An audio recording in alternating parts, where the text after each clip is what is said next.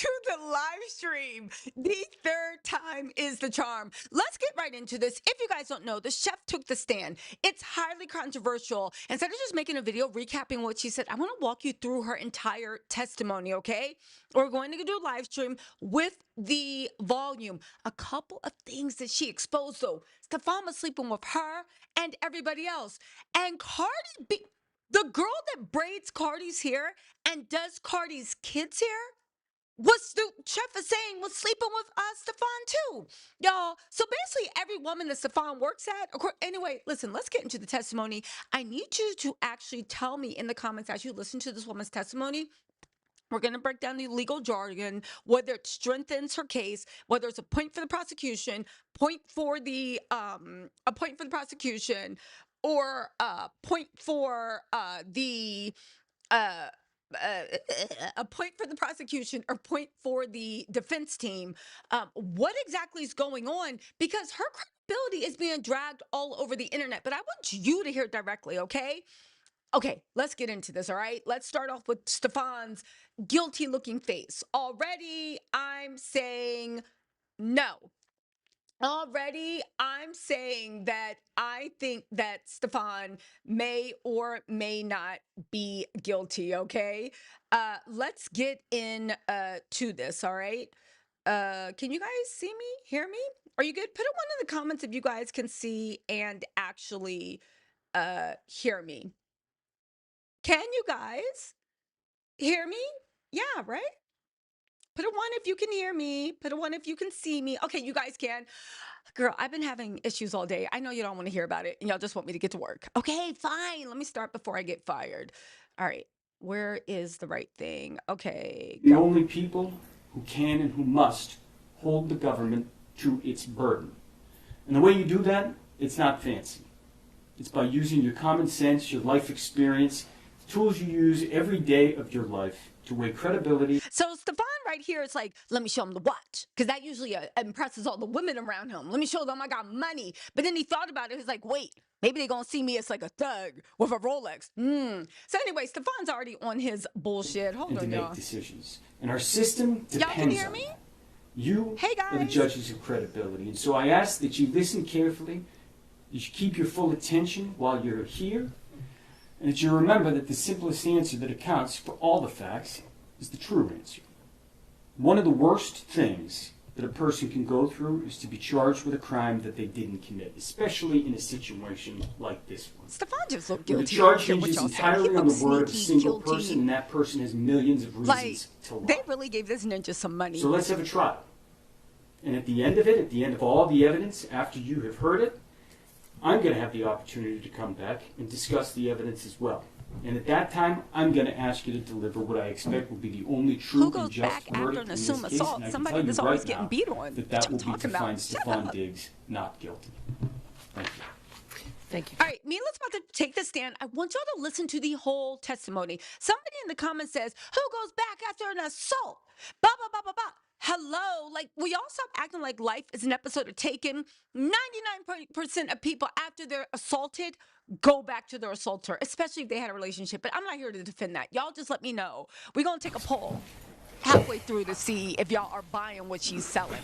Because Cardi B says she putting her son on this. Charlie, And we all come gonna call have to Mila get on Adams to our the stand. knees and apologize if we're wrong. And Stefon's found not guilty. And I said, you better stop talking to us like Stefon talks to all the girls in his life. Ain't nobody getting on no knees to do nothing. Y'all gonna get on y'all knees. Like, what? Change all of this. Okay, so here comes Mila. Her name is Jamila Adams. This is the prosecutor. He either is really good or he's not. Okay, let's go. Here's Mila. Now she got her hair slicked back. She got her, I'm a good girl. You know, white cardigan, black. She's limping. She okay? And she's like, good girl. All right, solemnly and swear jump the face. testimony you're about to give in this hearing shall be the truth, the whole truth, and nothing but the truth, so help you God. I think she looks scared. That's me. May I inquire? You may. Good afternoon. Good afternoon. Could you please state your name and spell your last name for the record? Jamila, Jamila, Adams, ADAMS. And do you normally go by Jamila or? I go by Mila. Mila, okay. And what do you do for a living? I am a professional chef. I have been working in the industry for 13 years. So you're a professional chef. Do you work in kitchens and? I work privately for athletes, prominent figures, and wealthy families. Jamila. So It's Jamila. you're a private. Is there a difference between a private chef and personal chef? Are those the same things, or? It's pretty much the same thing. And how long do you say you've been a private chef? 13 years. 13 years. And what sort of training did you take to become a chef? I went to school for clinical psychology, so I have a degree in psychology. But I followed my passion in cooking because I grew up in the South and we cook. So I did some training in France and also Italy. And she's a chef, Italy and kind France of trained. very generally, what does a private chef do? We provide daily meals for our clients. So that would be breakfast, lunch, dinner, snacks. It's typically a live-in situation. So readily available to them, kind of like 24 hours a day. So I don't know. She's sleeping with her client. I would say it's based on clients' needs. Cooking for me and my man. So He told And, me to go each client downstairs and get a would, peanut butter and jelly whatever your sandwich and health come goals back were up or smelling like he health just had a issues fish were, fillet. I will help no you get man. better. So you mentioned a little bit about client, but what kind of clientele have you worked for? Athletes, entertainers, And without naming names, what kind of athletes or entertainers do you mean? singers, football players, basketball players, baseball players, And are these professionals? very professional. How much do you make in that job? It ranges, depending on the needs they need from me. If it's a full-time live-in, it can range from anywhere $5,300 a week to $10,000. Okay, hold on. Turning your attention now to a Mr. Stefon Diggs. Do you know Mr. Stefon Diggs? Yes. And how do you know him? I've known Stefon Diggs for over 4.5 years. And how'd you meet him? We met in December 22 through an Instagram message. He first wanted me to cook for him. And do you see him in the courtroom today? Yes. And could you Pause this whole live. Katrina wants me on my live to shut up. Katrina, girl, don't get blocked. All right? I'll interrupt as much as you want. This commentary will be with interruptions. That's what you're here for. If not, go to Court TV and watch this ish. identify him through? I see you're pointing at someone, but can you describe him just because we have to have everything on the record? You describe him either by clothing he's wearing or hairstyle, anything like that? A blue shirt and blue tie and blue suit. Your Honor, may the record reflect that this witness has identified the defendant as Mr. Stefon Diggs? It will reflect the identification of the defendant. Thank you. I mean, private chefs do make between 100,000 and Almost 4 or so years, 150,000 a How year. would you characterize your relationship with Mr. Diggs? Listen, I would say it's complicated.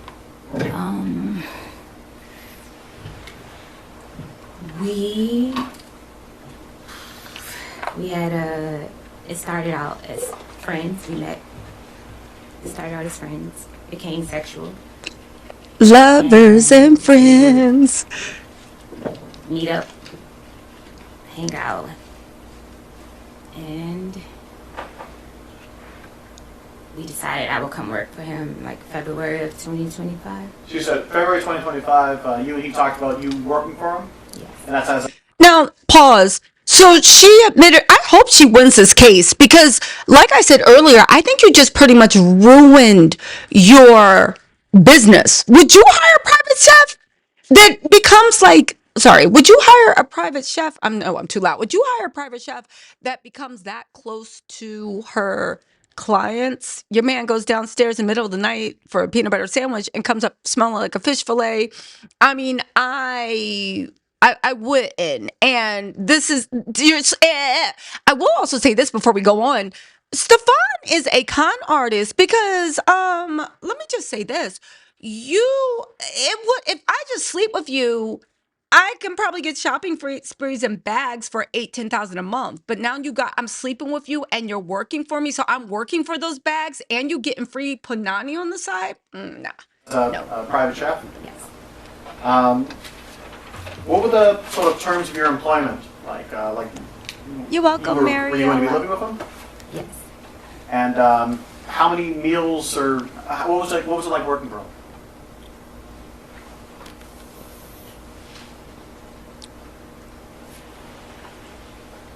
Can you say that again? Yeah, yes.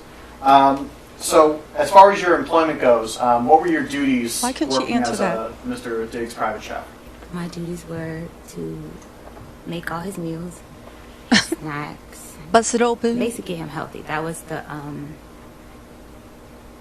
start of our initially hiring me. He was coming back. It was his comeback year. And I wanted to help him get healthy, to eat better, to So how does it? Do you create a menu? Does he just tell you what he wants? Do you? I'm skilled with recovery, so I knew what it would take to get him, help him get healthy and stay healthy. Yeah, she looked at Stefon, laid her hands on him and said, let me heal you. Help him change With the his power of diet. food. So it was more so like diet change would be the focus, and just overall help. And did you would you cook just for him or for other people as well? Yes, I would cook for whoever was in the house. And I know you mentioned earlier your breakfast. Is that the sort of standard? Was it every day breakfast, lunch, dinner, and then? Yes, breakfast, lunch, dinner, snacks. And how much did you get paid for this? We agreed on $2,000 a week. I'm taking my vitamins. And how did you get paid? In debt? No, I'm Finance joking. office would pay me.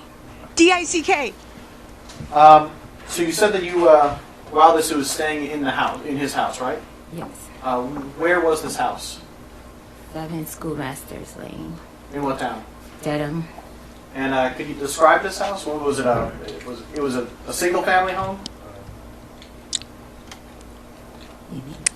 What was it? Was it an apartment? Was it? Oh, it was a single family home's house. And how many floors was it? Basement, middle floor, a landing, and then top floor. So 3 floors. And so, where was the kitchen? The kitchen was downstairs on the floor you come into the house on. So the first floor. Called. And that's where you. That's We're where going you to did speed your, this up. I'm sorry. Chefing, cooking, baking. I don't know. Yes, where I did my cooking. Yes. Yes. And where did you stay in that house? I Okay. stayed on the top floor. And where was it in the house? It was up the landing all the way to the back, and it was over the kitchen. Okay. And was this a single bedroom that you had? Was it a suite? What was it? A single bedroom with a full bathroom. With a full bathroom. Was the bathroom off of the bedroom? It's the bedroom, and then you walk back into the bathroom. So It was in my room. Okay, so the entrance to the bathroom wasn't in the hallway; it was in the bedroom. So she had a bathroom suite, in-suite And bedroom. where was Gotcha. Mr. Diggs? Where was his bedroom? Up the first landing. Okay, so you said that there was the floor you come in on, a landing, and then Mr. Diggs' room. Mr. Diggs was on the landing? Yes. Okay. So he's on the first floor and she's on the third. Okay. How long were you there in that house? From July 2025, July 20th, 21st, can't remember the exact date right now, to December the 15th. I know that's right, Queen Up. And during that time, who was at the house with you? His harem. Mr. Diggs, his friends. Did he have other staff that lived there, or was it just? No, I was just living there. He had friends that basically lived there. Okay. Oh. Okay.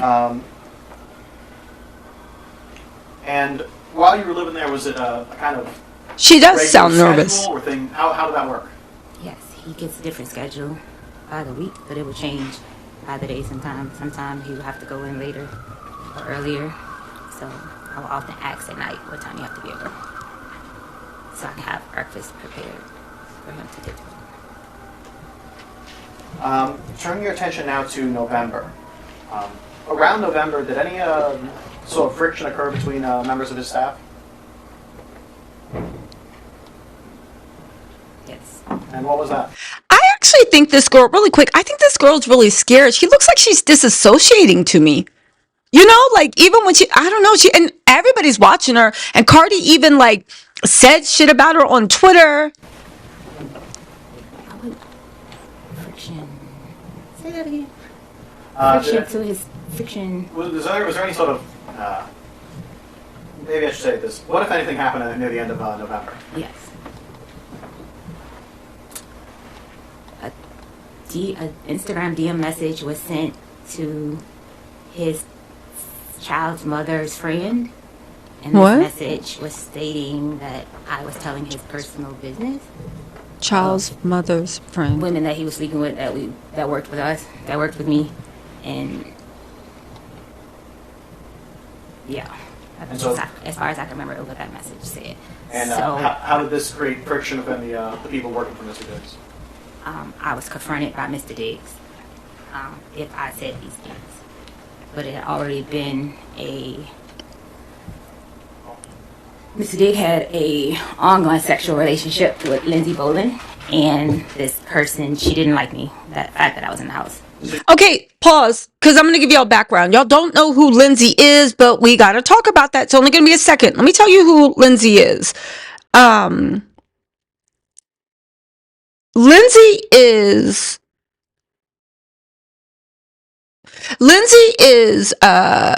Cardi B's hair braider, I believe.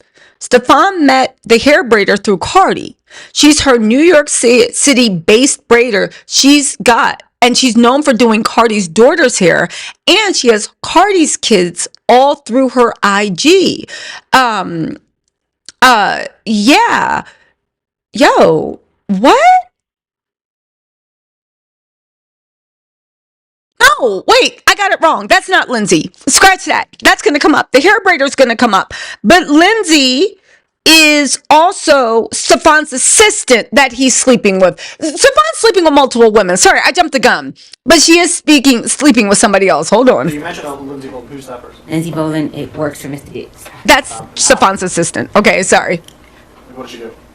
I can't quite answer that. I just know he provides housing, favor, she's someone I don't who know. works for Yeah, she worked for him. She put him to bed. And so, did you and Lindsay get into any sort of argument, you mean, or?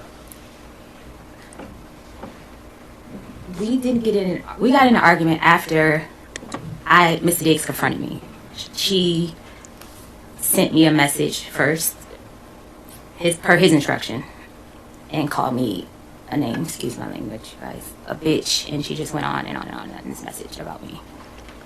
Now, mind you, Stefon is sleeping with Lindsay, his assistant. There's a number of women. We're going to get to Cardi's hair braider. But all his baby's moms follow Lindsay. His baby's moms are...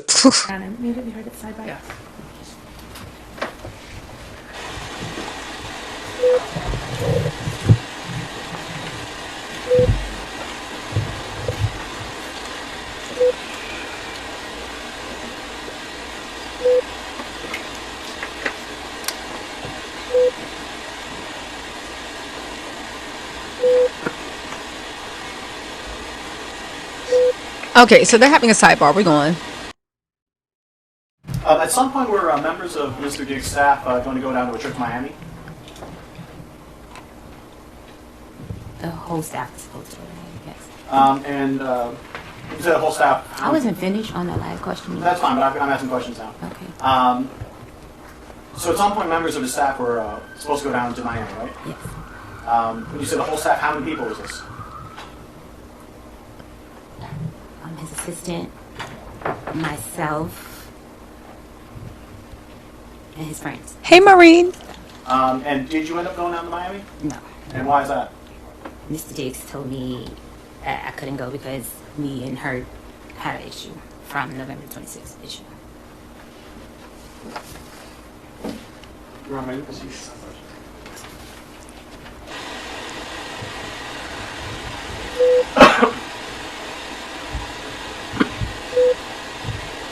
All right. Let's keep going. So it's Miami. She seems to have a lot of beef with Lindsay. Stefon won't even look at her.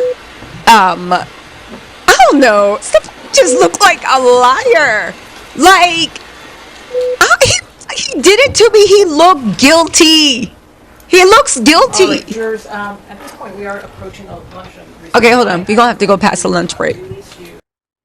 So it's a lunch break. Let's get back. That you had certain exhibits that you had agreed were going to be pre-marked. Is that right? I believe so, yes. Have those been provided to Mr. Clerk? So perhaps we could just make sure that's all in order so that when you resume, if you're Yes. going to be referring to them, that the record is clear. All right, thank you. With that, we'll resume in about an hour. What? All right. All right, so they're gonna resume. Let's fast forward. I have a lot to say. There's so much juice that came out in here, but I want y'all to hear it for yourselves. This is a commentary live. If you guys want this uncut, please go to Court TV. They have it uncut. Okay. Let's get into it. It's supposed to start again at 2:00. Now, what did we learn? It's going to come back on in 2 seconds. What did we learn from this? Stefon sleeping with everybody. This trial, whether Mila wins or not, Cardi 100% got somebody worse than Offset. Cardi was about to give birth. He was sleeping, according to this girl, with her, his assistant, Cardi's hair braider, and anybody else. It looks like Stefon slept with people, right? Everybody that works for him or is around him, any woman around him or man, depending on who you ask, he might be sleeping with. But for the women that are working, how are you and I'm not judging. But I'm saying, what type of mind control does this man have? How does he make you forget and turn you into fruity pebbles when you are working to get money, but you're bending it back over backwards? So Stefon don't even let you lay in bed and earn the Chanel bag. You gotta lay in bed to earn the right to get up and make him food, to be his assistant. So he's sleeping with everybody. Yo, Cardi, she better not claim that man. Like, God, this is embarrassing. But it's also, I don't care whether she wins. Well, I do care. Well, that's not true. I do care whether she wins or not. But this is embarrassing. What? All right. Okay. The Honor Court is back in session. May be seated. Okay. Let's go back. All right, we're ready for the jurors. Thank you. Okay.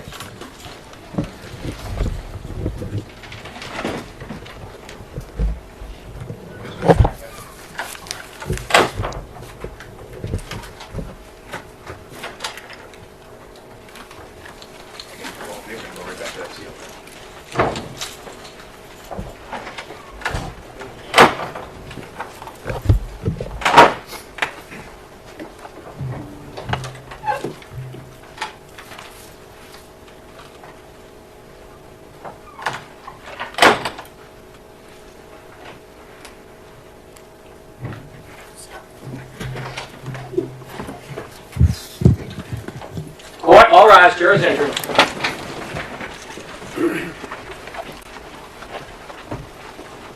All right. Sorry, baby. Shall we?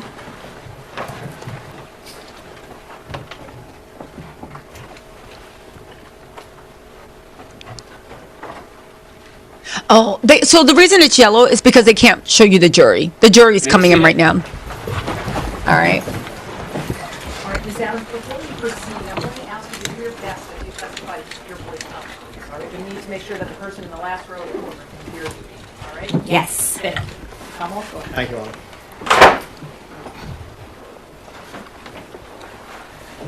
Ms. Adams, can I now turn your attention towards the date of December 2nd? Yes. Were you still employed by Mr. Diggs at this time? Yes. And where were you on December 2nd? I was in the house. 7 schoolmasters. Gotcha. And that day, what were you doing that day? I woke up in the morning, prepared breakfast. Mr. Diggs came downstairs. He asked me what was I doing for the week. And I asked him, "Oh, so you weren't going to tell me that I wasn't able to come to Art Basel?" And he explained why, and it was because of the situation with me and the other coworker, Lindsay Bolin. And I was upset with him, not upset at the fact I couldn't go to Art Basel. Me and him have a relationship for over 4.5 years. He could have told me weeks ahead of time, because me and his girlfriend, Cardi B, we were talking about having like outfits and stuff. It was like a whole thing being planned, and he just waited till the last day. So I was more upset with him, not letting me know I wasn't going to come like at an earlier time. And at some point during this day, were you alone in your bedroom? Yes. And do you know around when this was? It was in the, like around 3 afternoon, 3-ish. When you're in your bedroom by yourself, what, if anything, were you doing? I was sitting on the bed, laying across the bed, at my laptop, reading a cookbook, actually. And were you communicating with any people at this point? I received a text from Anna, was one of his friends. Did you receive any text or send any text to Mr. Diggs? No, the morning text. That was in the morning. We had went back and forth. So you had some previous texts in the morning? Yes. So you're in the bedroom. What happens next? I was in the bedroom. Mr. Diggs Okay. What came happened? into my room. I was laying across the bed. He came into my room. Okay.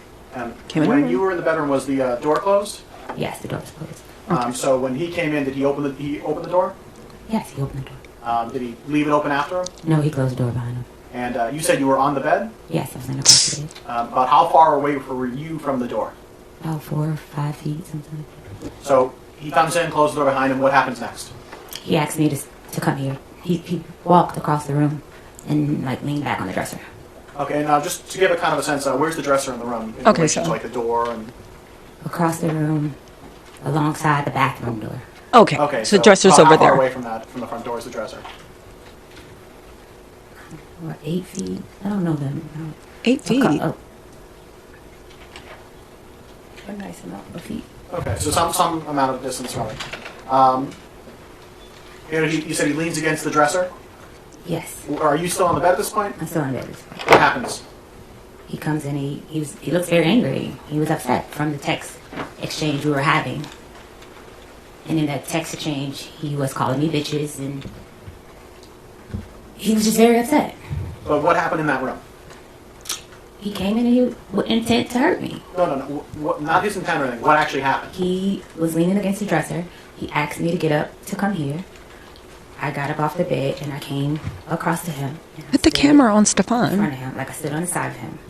He was leaning back. I stood on the side of him. Okay, so she's on And the side. he was like, "What was all that shit you was talking?" And then what happened? And I was beginning to say, "You said," and I couldn't finish my statement, and he smacked me.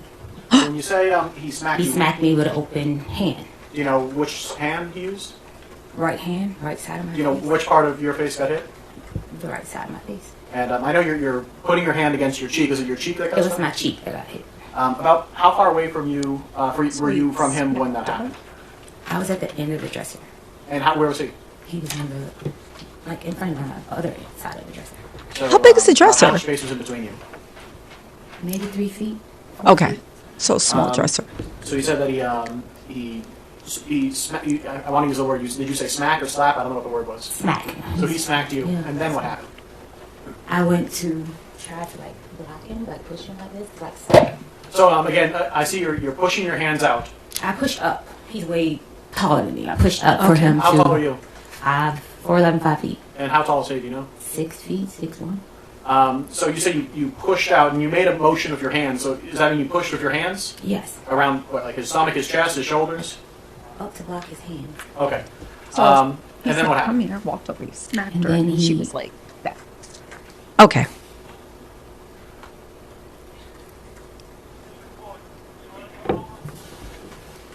Oh. Second. Can I have a second? Yes, you can.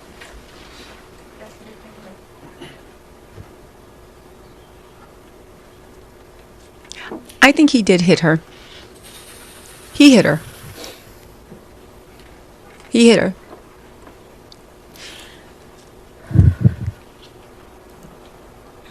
Hurry. When I went up to push his hand, like block him, like like block him, he took his arm and he like came around my neck with his elbow around my neck, and he began to choke me, pressure on my neck. So you said you pushed against him, and then he put his arm around your neck? Yes. Do you know, were you facing away from him? I was facing him. You were facing him, he put his arm around your neck? Yes, he like spun me around. He spun you around? No, like he, I'm gonna have to show you more so than I can describe it. Describe as best you can. I was standing in front of him. Okay. When he slapped me, I went to like try to hit him back like this. Okay. And she And went. then it was like he tackled me, like got me to try to keep from pushing him or protecting myself. And he put his arm around my neck like this, and he When she So went like you ended this, he up went. in a position where his like forearm or bicep was around your neck. yes, And you said he choked you. What exactly, did he put pressure on your neck? yes, he put pressure. And were you able to breathe? At first, and it kept getting tighter. So were you able to breathe? No, About how long He did were you in this. this position? He did it. I would say roughly.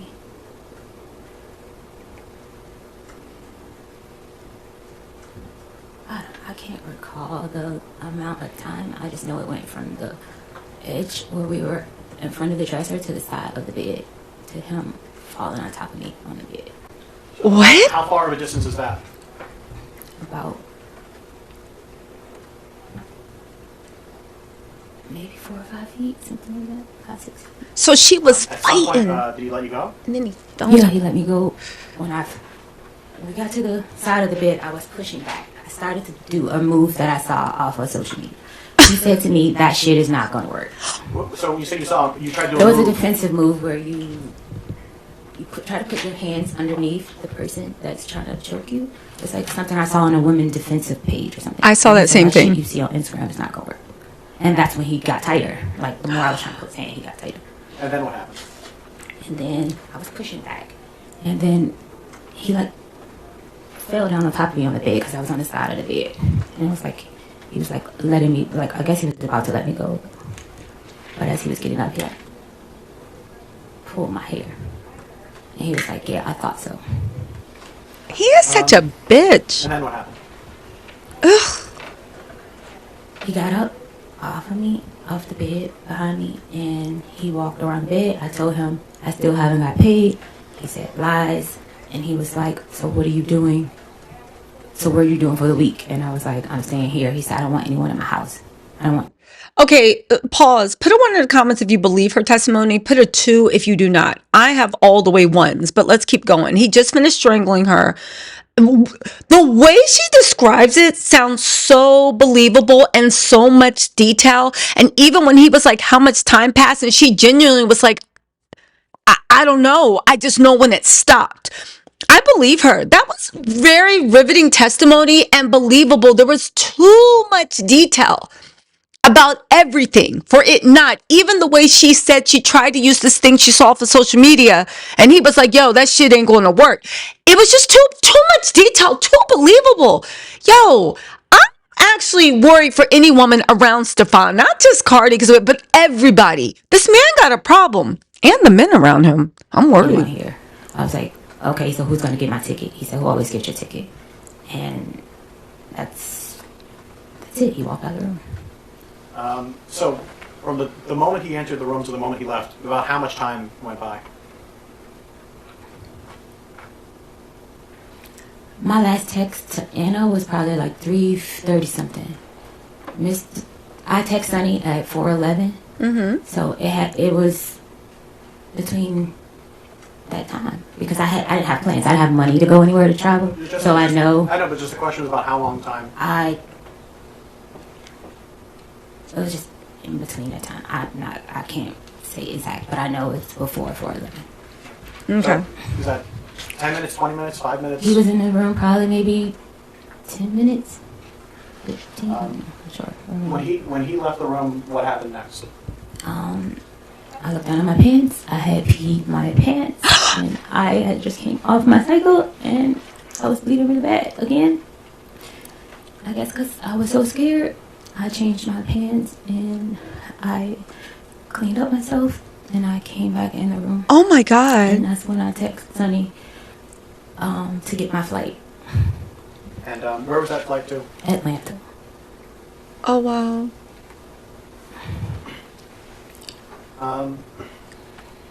At some point, did you exit your? When you said you went to your bathroom, was that the bathroom that's connected to the bedroom, right? Yes. At some point, did you leave out your bedroom again? I didn't leave out my bedroom till later in the afternoon. But so at some point later on, you did. Do you know about how long you stayed there? In my bedroom? A while, because I was trying to figure out what I was going to do.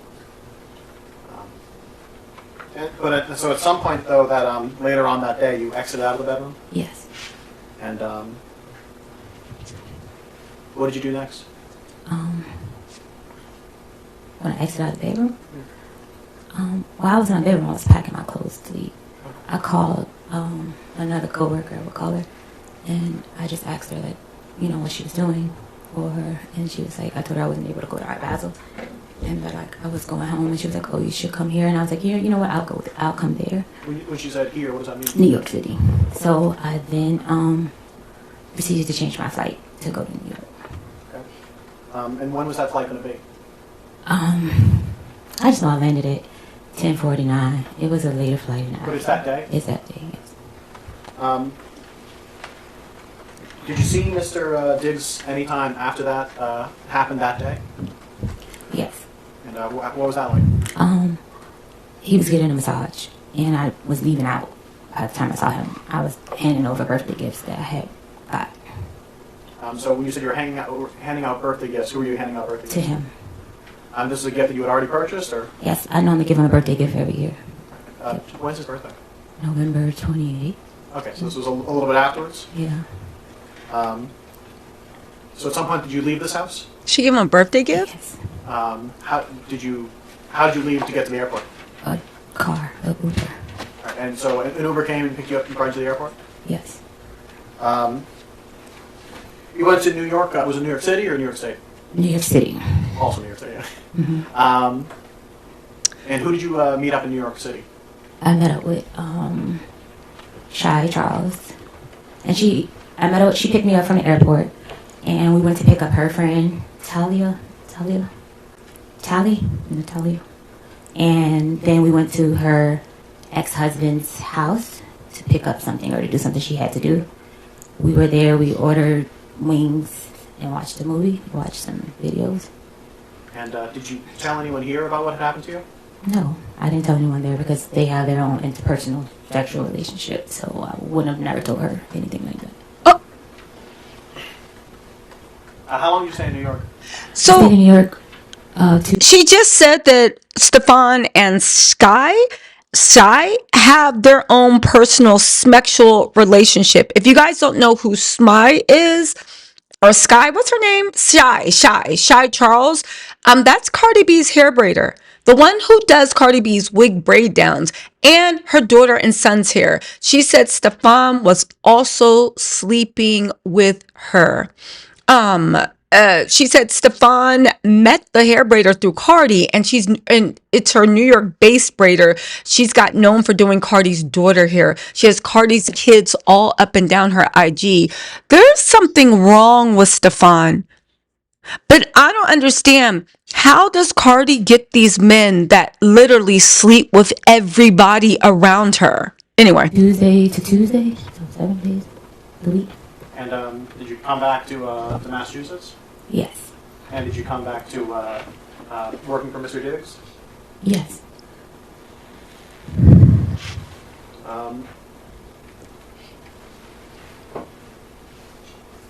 At some point, and I know this was a little bit before, maybe a little bit afterwards, but at some point, were you talking to Mr. Diggs about money you felt he owed you? It was past wages. Okay. Yes. When did you first start? When did you first bring that up with him? During the week of Art Basel. I want to say like maybe the 5th or 6th. Of December? Yes. Okay. And so you felt that he owed you some money from wages that weren't paid. Is that what you're saying? I wasn't paid for the time of the month. Like I hadn't been paid for the weeks that I put in at that time.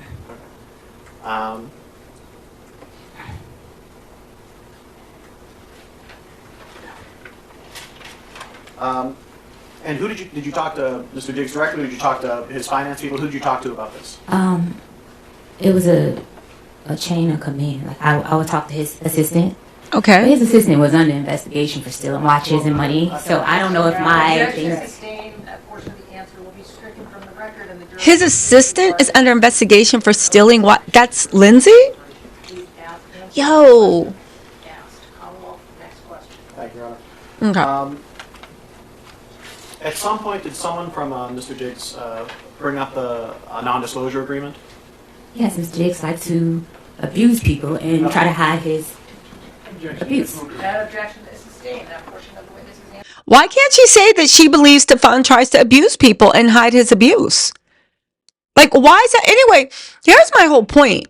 Because Stefon's lawyer must have been like, no, nobody can talk to about like that. Some of y'all in the comments being like, why didn't she leave? Why is she not? Okay, listen, I don't want to explain battered wife syndrome, battered woman syndrome, but the stats are out there. 95% of women, when they get hit, do not leave the first time they're hit. On top of that, this is where she stays at. This is her boss. And okay, you might say she's stupid, but I want to ask you a question. Hitting somebody against their will is illegal. It don't matter whether that's your lover, your brother, your boss. That is illegal. And the fact that you think because somebody slept with somebody, it whatever. I mean, I'm sure your boss has talked to you every which way but up, and you go back to work the next day. It doesn't matter why she stayed. Go Google. Statistics say most people stay, men and women, after the first time they're hit. And on top of that, she needed her money. She's used to being abused. This is just me. I think she's used to being abused. I think she needed that money. I think she thought, well, let me just try to get on his good side long enough so I can get my money and leave. Because this is a lot of money to her. And she also has to get a house, apartment, all this other stuff. Why did she stay? I don't know. The real question is, did he hit her or not? If he hit her and if he strangled her, he should have legal responsibilities. It is not legal to strangle people. It is not legal to hit people. But let's keep going. Hold on. Let's keep going. It's just not legal. So it really don't matter. It's not legal. Answer will be stricken, and the jurors will disregard it during their deliberations or give it no consideration and do not even raise it. Next question. At some point, were you given some information about a non-disclosure agreement by someone who worked for Mr. Diggs? Yes, And when was this? a couple days after the assault.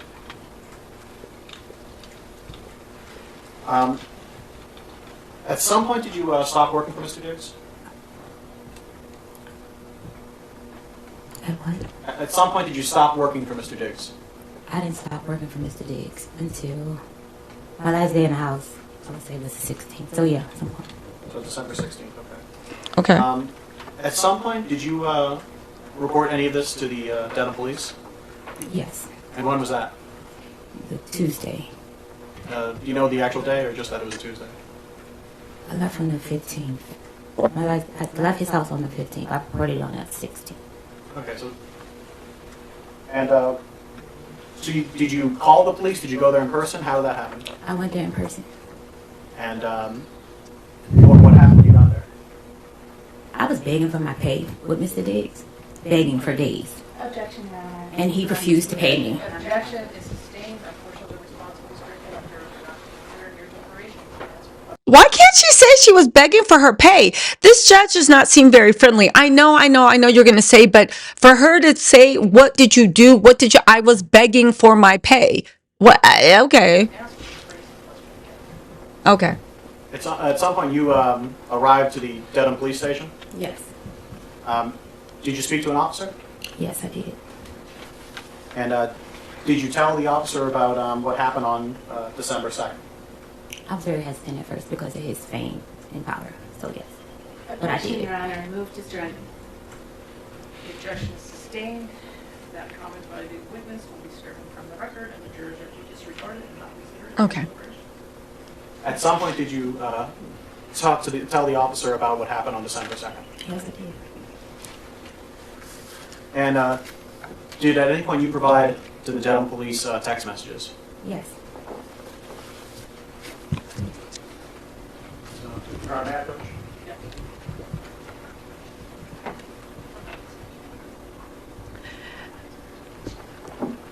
Your Honor, may I approach the witness?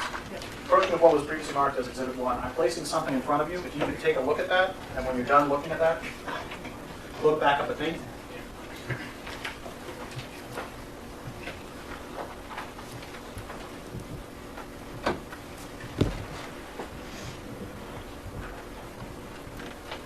That's true. Recognize what that is? Yes. That's true, Momo. That's a text message Momo. exchange between me and Mr. Dukes.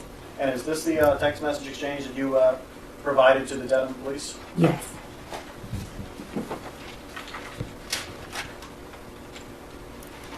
I deleted messages because making a report to the police in my previous abusive relationship, me. Okay, Sam. Stop. What? That part of the answer is stricken from the record. Jurors will disregard it. Now, please answer the question that is put to you. And if Okay, so this judge, but also, Momo, you have a good point.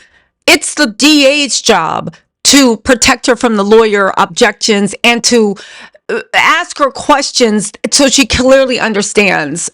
This is weird. you don't understand it, But even though she is getting this out for the jury, so it might get sympathy points. have it restated for you. Counsel at sidebar. I don't know. Put a 1 in the comments if you are on her side, or 2 if you are not.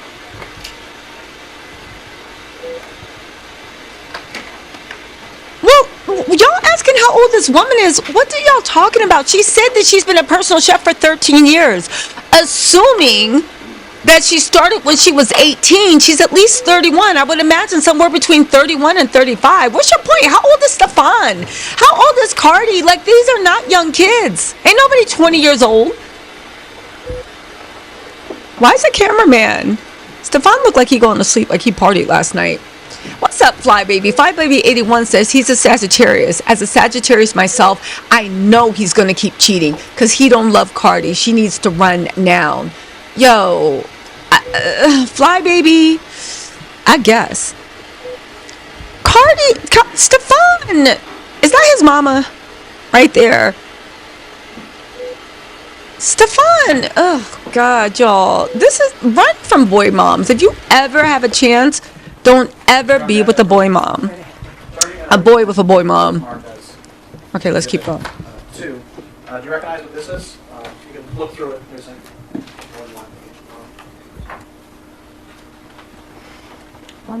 I recognize it, but the messages is cut off. There's a 3, I believe 3 pages to this. 4 pages rather.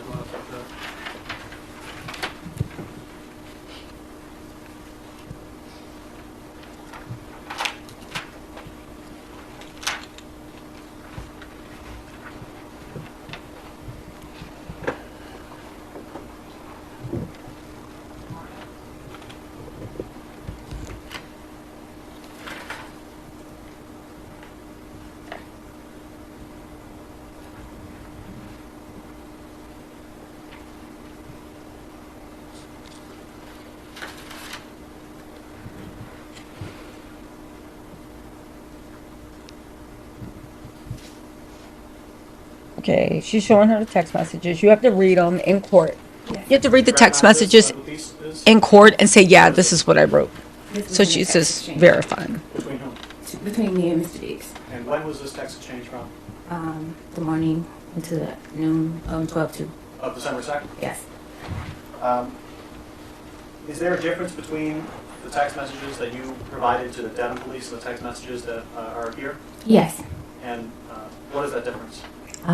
I deleted bet and pussy, and I'm ruining that bitch life. Not mistaken. I mean, I would say Why did you the same delete shit. those phrases when you provided those text messages to the Dedham Police? Because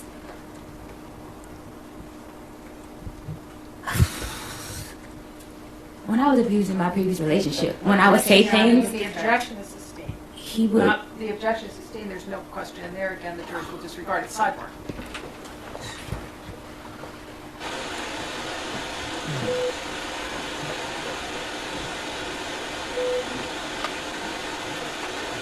Okay.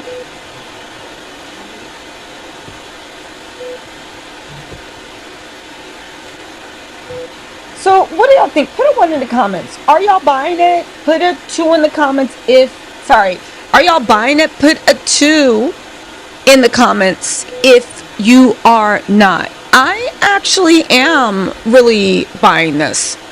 I genuinely am. She looks sad. She looks scared. The story she told me was, I don't care whether she stayed. I don't care why she stayed. I don't care if she wanted her pay. To me, the question is, did Stefon slap her and put her in a chokehold? Now, they said that there were no bruises from the pictures, but you know that even when someone strangles you, this is the problem why it's so tough to prosecute domestic violence. There's not bruises that can be photographed. You know what I'm saying? So that whole thing, unless, like, if somebody doesn't use, like, something, if they just use their hands, there's no photographic bruises for most people that are strangled, not dying, but, you know, for domestic violence. So somebody said her attorney did not prepare her well at all. See, that's the issue with attorneys. So many people are like, just going to go into court and I'm just going to tell the truth. Yes, you want to tell the truth, but it's like going into a test. You still have to think and prep so that you can easily recount, easily recall, pull memories to the front. All right, Do you know what I'm saying? Step down this way, please.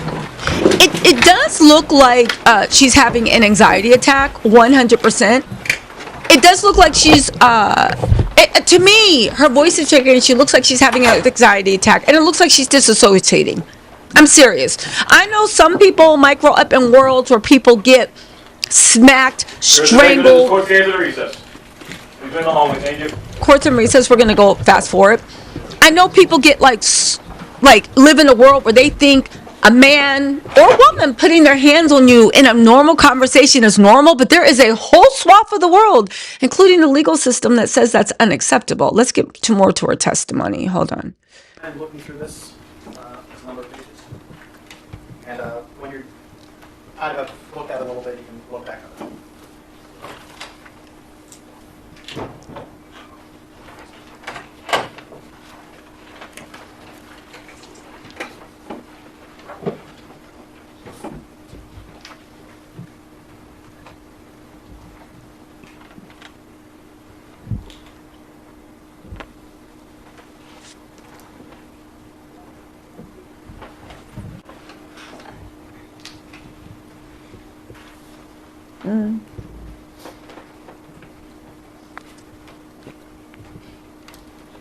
Okay, that's better. So she's reading over the text again. She has to read over the text, or else it's not admissible in court. She has to agree she did it. So they're having her look at more text. I'm reading all of them or just that first page? Have you read a few of those? Well, let me say, from what you've seen, do you recognize what these seem to be? Yes. What are these? Text messages about the, Do you know who the text messages are between? yes, between me and Mr. Diggs. And do you know when these text messages are from? 12-2. Yeah, 12-2. So were those text messages that were going on between you and me that morning of that day? Yes. And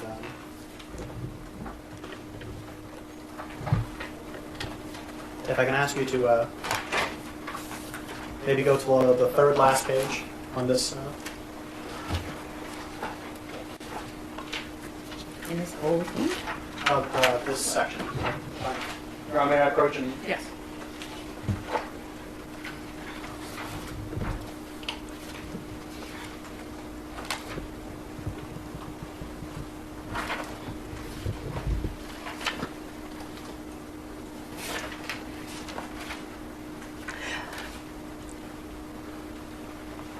Probably the reason why she's not that prepped is because this is a prosecutor, not a private attorney. Because you know a private attorney would have had you in there so, on office there's a hours. text that says pussy, right? Yes, And who sent that? I did. And how did Mr. Diggs respond? Show Slim me thick, pussy. funny. And how did you respond? Will do. You're welcome, Jay Blazin. And were those the last text messages sent before Mr. Diggs hit you? Yes. I'm not mistaken. Your Honor, may I approach once more? Yes. Bringing your attention now to this marked Exhibit 4. Can you look through a few of these?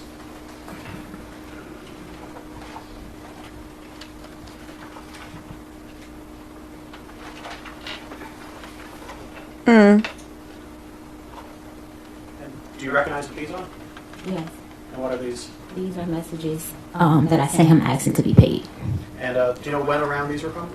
It was a couple of days after. They were in Art Basel. 12/5 is his. Yeah, and I was begging for my money for a while.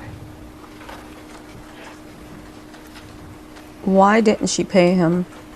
Why didn't he pay her? Just, I think, final question.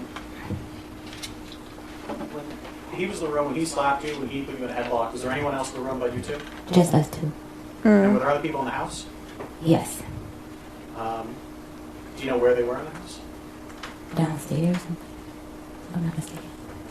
Okay, so there was a floor in between them. And you said you went to New York, you met with a Shy, is it Shy? Yeah. How did you know Shy Charles? She works for him. Okay, so, She braids his hair. and so, has she known you longer or him longer? Him longer. Wow. She's even sleeping with Cardi's hair braider. This is, wow. Stefon is no effing good. Cardi is, yo.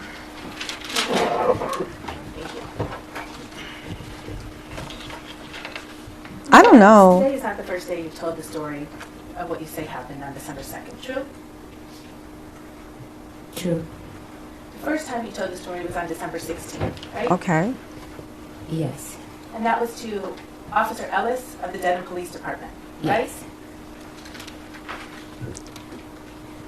And you sat with Officer Ellis, right? Yes. And you told him your story, Yes. and he took notes of what you were saying. Yes. Because what you were saying was important to issuing a criminal complaint, right? Objection. I don't know what a criminal complaint is. I was Well- making a report. I don't know. You were making a report to the police Yes. about what you said was a violent assault, correct? Yes. And your Yes. purpose in making a report to the police about a violent assault was to start a criminal case. No. I made a criminal report to have a report to document it. Okay. So documentation was important to you, right? Yes. The story that you just told to this jury under oath was very different from what you told to Officer Ellis. Do you agree with me? Yes.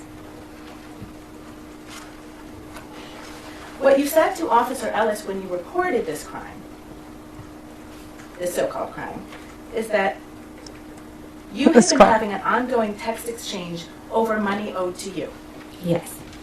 You told the police officer who filed the criminal complaint in this case, based on your word, that your fight with Mr. Diggs on December 2nd was over money.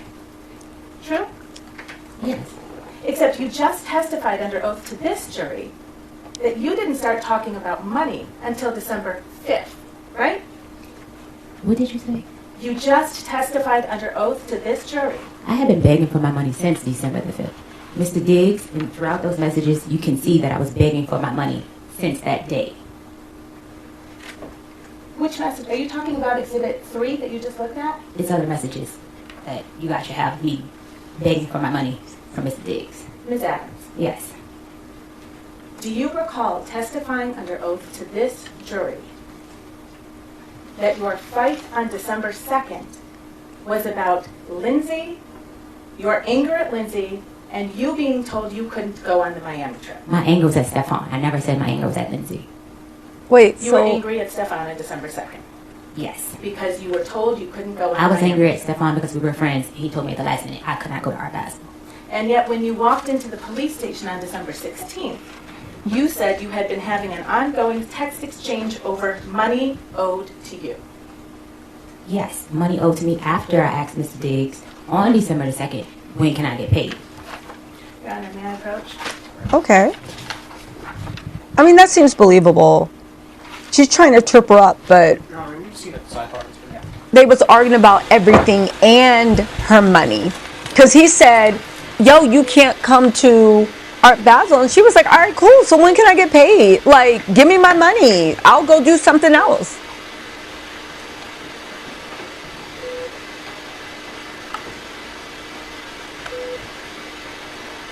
They're trying to trip her up. But to me, when people try to trick you up over, yes, the money. When somebody owe you money, money's always there. You're mad you can't go to Art Basel, and now you're like, give me my money. That happened in the same conversation. But let me see where this lawyer is going, because maybe she is going to trip her up in some sort of inconsistencies. I don't know. Let's see.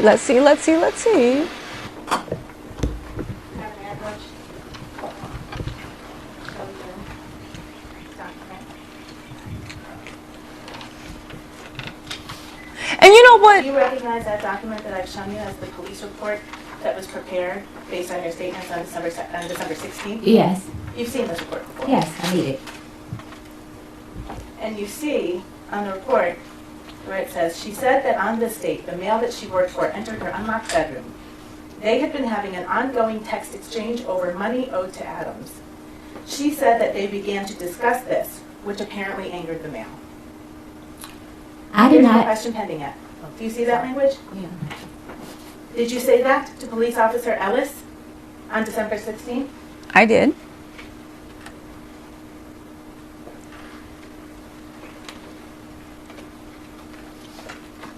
Okay. Yes, I see it. And that wasn't true, was it?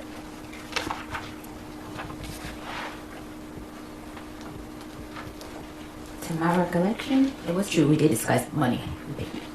Ms. Adams, you just testified under oath about what happened on December 2nd. correct? Okay, I also didn't put in the police report our sexual relationship because I was ashamed. The police report got leaked. I didn't put a lot of things. The most important thing was the attack in the police report.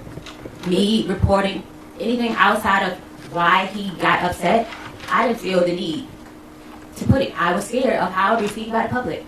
He's in a very public relationship with Cardi B. So I did not put a lot of things in the police report. My most important thing was him assaulting me and choking me and stuff. Okay.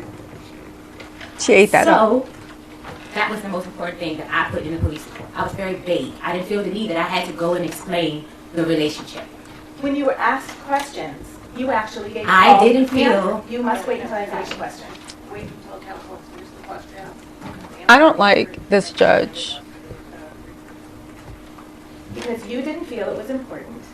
When you were asked questions about what happened on December 2nd, you lied. It did not change what happened on December 2nd. How did she lie? It did not change what happened on December 2nd. He choked and slapped me. Ms. Adams, I'm going to try my Objection, question Your again. Honor. Because you didn't Asked think it and was answered. important. When you asked the questions of Dedham Police Officer Ellis on December 16th, you lied. I did not lie. I just did not expand on detail on the relationship I had with Mr. Davis. I didn't feel that that was important. The sexual relationship, I didn't feel like that was important. I didn't feel it was important that he was upset because I told him I was not in love with him like those other women. I was ashamed of being with him. I didn't feel the need to explain it to the police officer. Please answer the question. And ask the next question. All right. Oh, Under oath, on December 2nd, so pause. Now I'm beginning to see why the judge is so annoyed with her. Look at even the look the judge gave her when she was looking at her. Hold on. response that you just read, that was actually a response to something Steph wrote to you, right?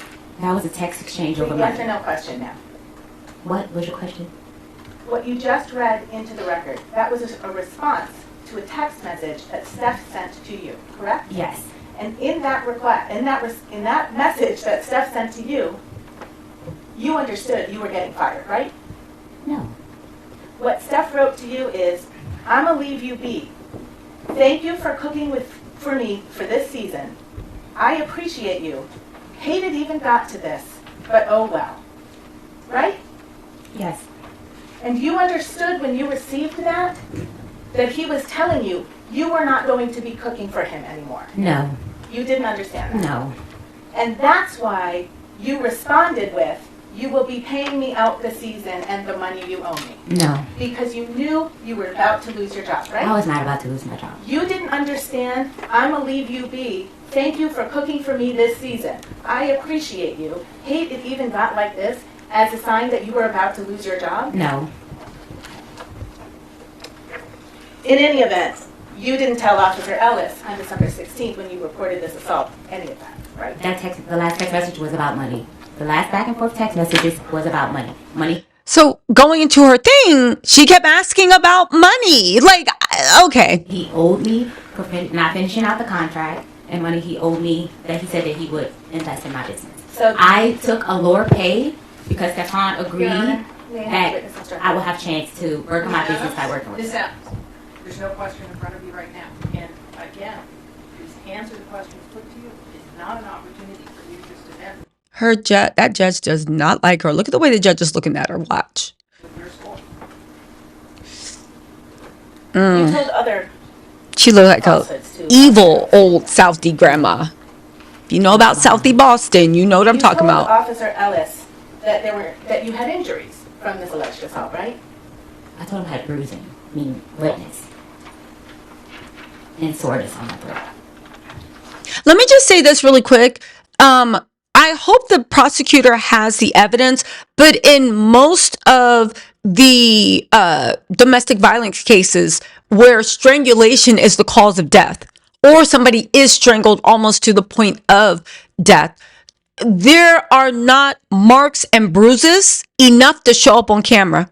Now, if you use something, maybe there'll be, but if you just use your hands, it's usually like red marks that fade, but your throat, your voice box, your larynx, and the side are usually bruised inside, but there's not a lot of bruising. So in about, I think 60 or 70% of cases, there's not really any bruising that you can even take pictures of. And out of the 30 or 40% that there is something, it's so light that it does not belie the seriousness of the nature of the injuries. I just want to put that out there. I hope the prosecution has that evidence, and I hope this lawyer stops playing in their face.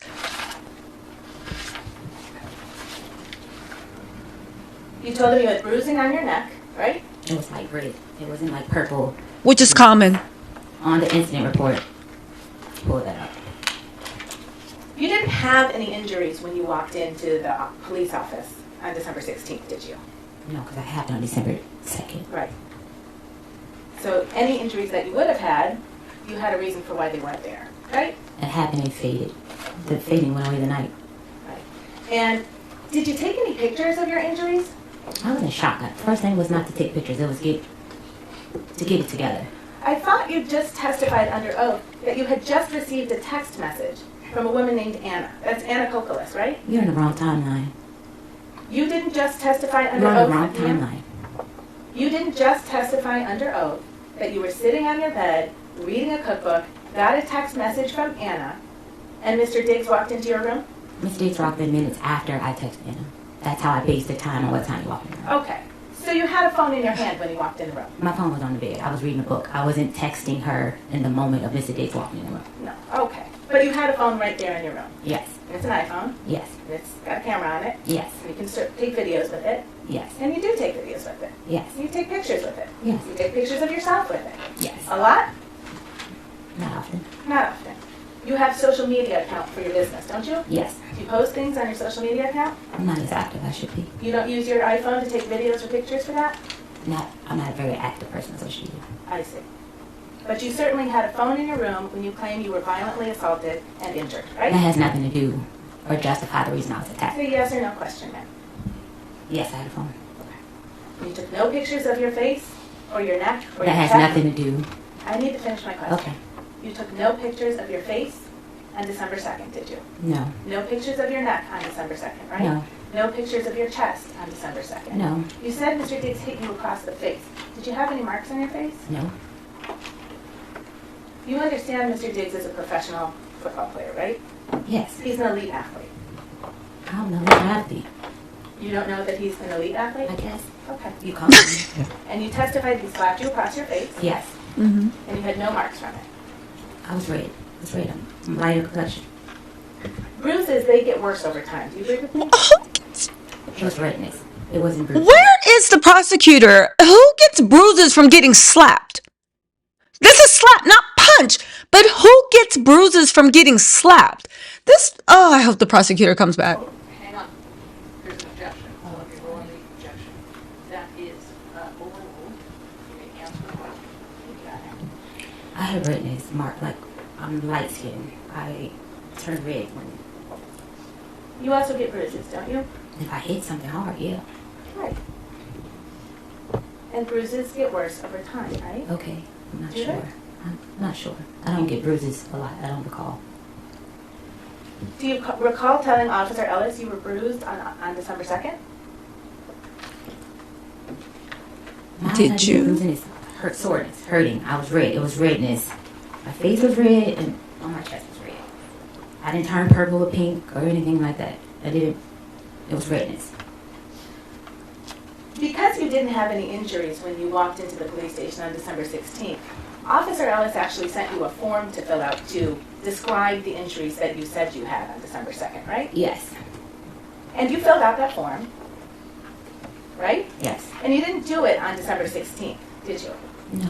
He actually emailed it to you, and you took 2 days, and then you emailed it back. True? Yes. Okay. Okay. And on that form, you put that your chest and throat were very sore for days after, right? Yes. And you put that you had redness, tenderness, pain, and bruising on your neck, right?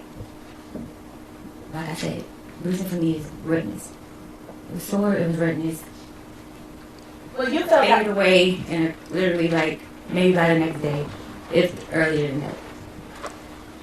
Ms. Adams, when did you learn that the defense had provided videos of you to the Commonwealth? Maybe yesterday or Friday, I think. Sometime last week when I spoke with Drew. So last Thursday, you met with Mr. Virtue to prepare for your testimony, right? Yes. And you met with your lawyer as well, right? Yes. Your lawyer is representing you in an effort to get money from Mr. Diggs. True? My lawyer's representing my workers' comp claim, the injuries that I received on the job that Mr. Diggs refused to pay for. That's what my lawyer's representing me for. Okay. Are you sure about that, ma'am? She is my workers. I got my lawyer from workers' comp. We'll come back to that. Let's stay with the form. Okay. You told Officer Ellis on December 18th, so now 16 days after you say you were assaulted, that you had redness, bruising, and soreness on your chest, right? I told him that I wrote that. Well, you wrote it in a form. You took your time and you chose which I checked the answers marks, to give, yes. right? Okay. And you told him your shoulders were red and very sore, right? Right? This whole area here was sore. Across my chest, up here. And you told him your whole body was sore, actually, didn't you? It was. You told him it was difficult for you to sleep. I was very upset. And I think you testified today that Steph supposedly put his forearm around your neck, Steph did put his forearm around my neck. not his hand. No. Okay. But you told Officer Ellis he used his hand, didn't you? I think I used this. This is the crook of his elbow. That is in the rubber. Gentleman approach.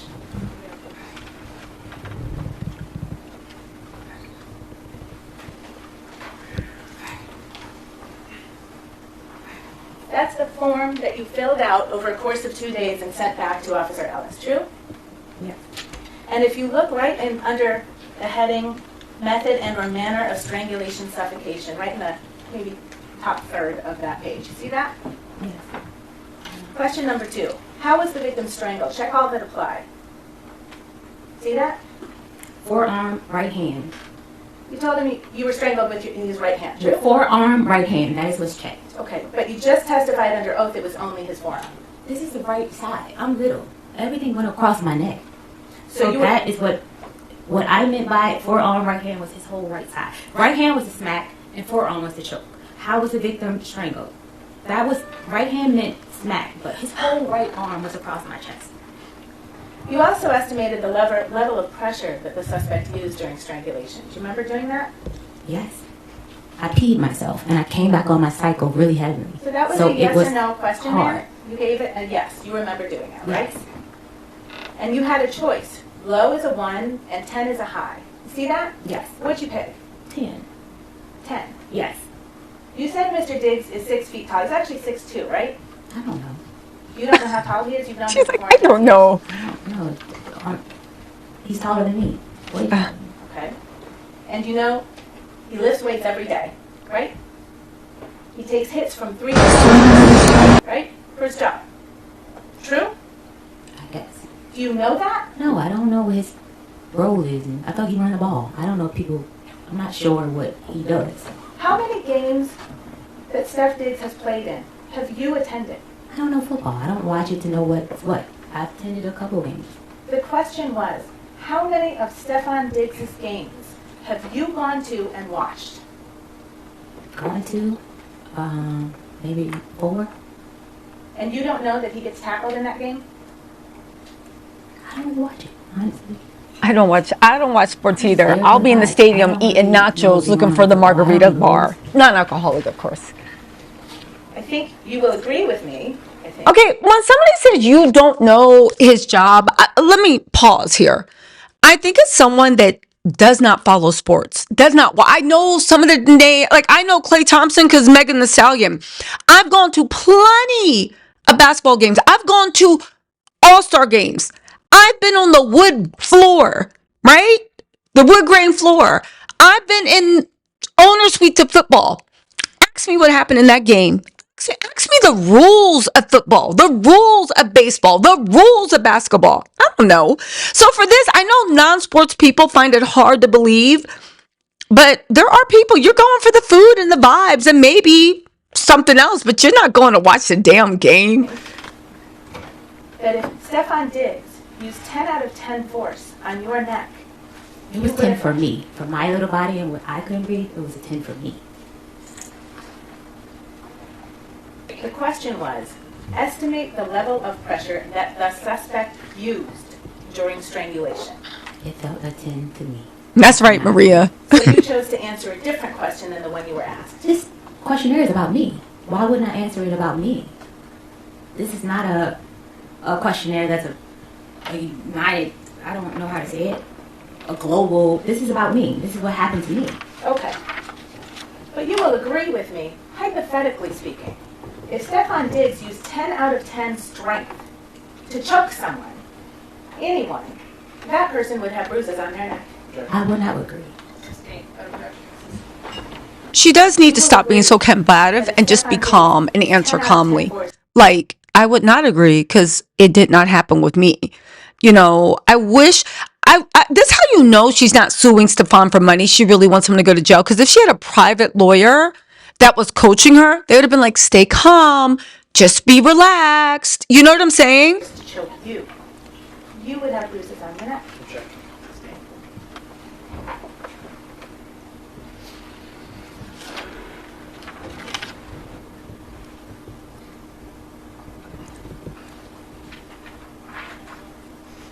And also the lawyer is heckling her. The Now, you went to New prosecution, York, you said, on the evening of December 2nd. True? objection, badgering the witness. And you stayed there until December 9th. Yes. You had your phone with you all week. Yes. You took messages. You sent text messages. Yes. We know that because that's when you started talking about your money, right?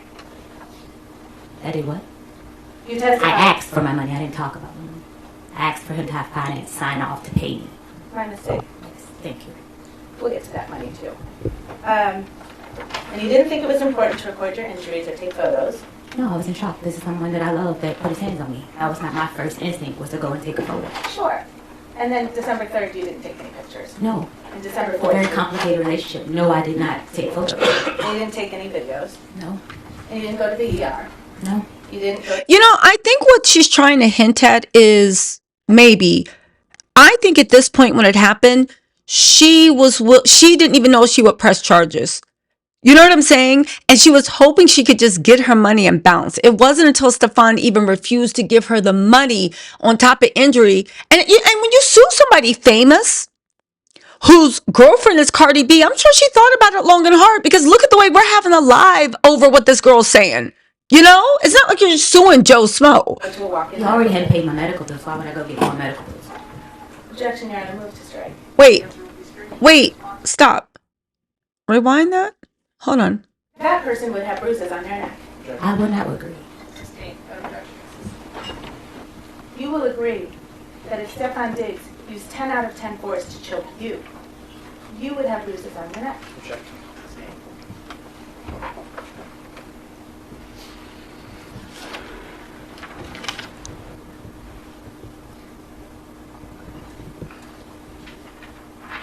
Hold on. Listen to this. I think she said Stefon paid for her Now, medical you went bills. to New York, you said, on the evening of December 2nd. True? True. And you stayed there until December 9th. Yes. You had your phone with you all week. Yes. You took messages. You sent text messages. Yes. We know that because that's when you started talking about your money, right? I did what?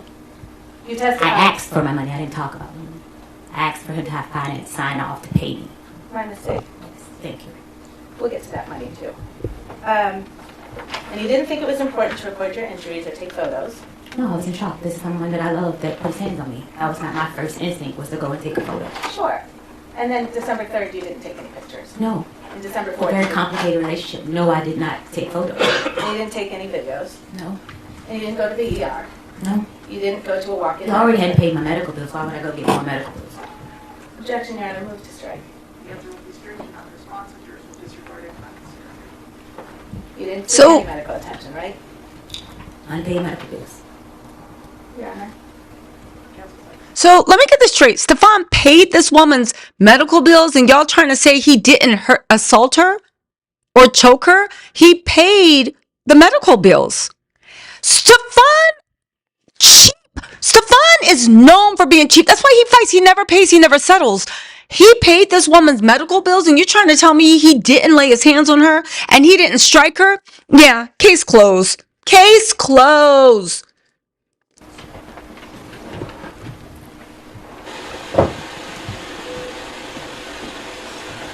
Wait, this man paid her medical bills. He's guilty. He did it. He did it. Look.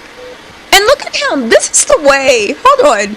This is the way he convinced. You see that look? This is a man that convinced how many women to have his baby all at the same time. This is the look he like, when, you think this is going to look he's going to give Cardi when he has to explain while he was sleeping with her hair braider? Yo, Stefon is, ugh, yuck, yuck.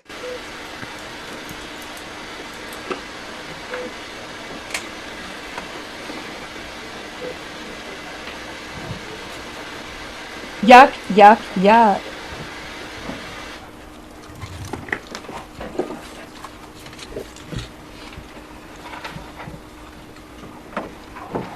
When you were with Shy and Polly for that week in New York City, you didn't say anything to them about it. I don't know Tally. I just met Tally on the night of December the 2nd.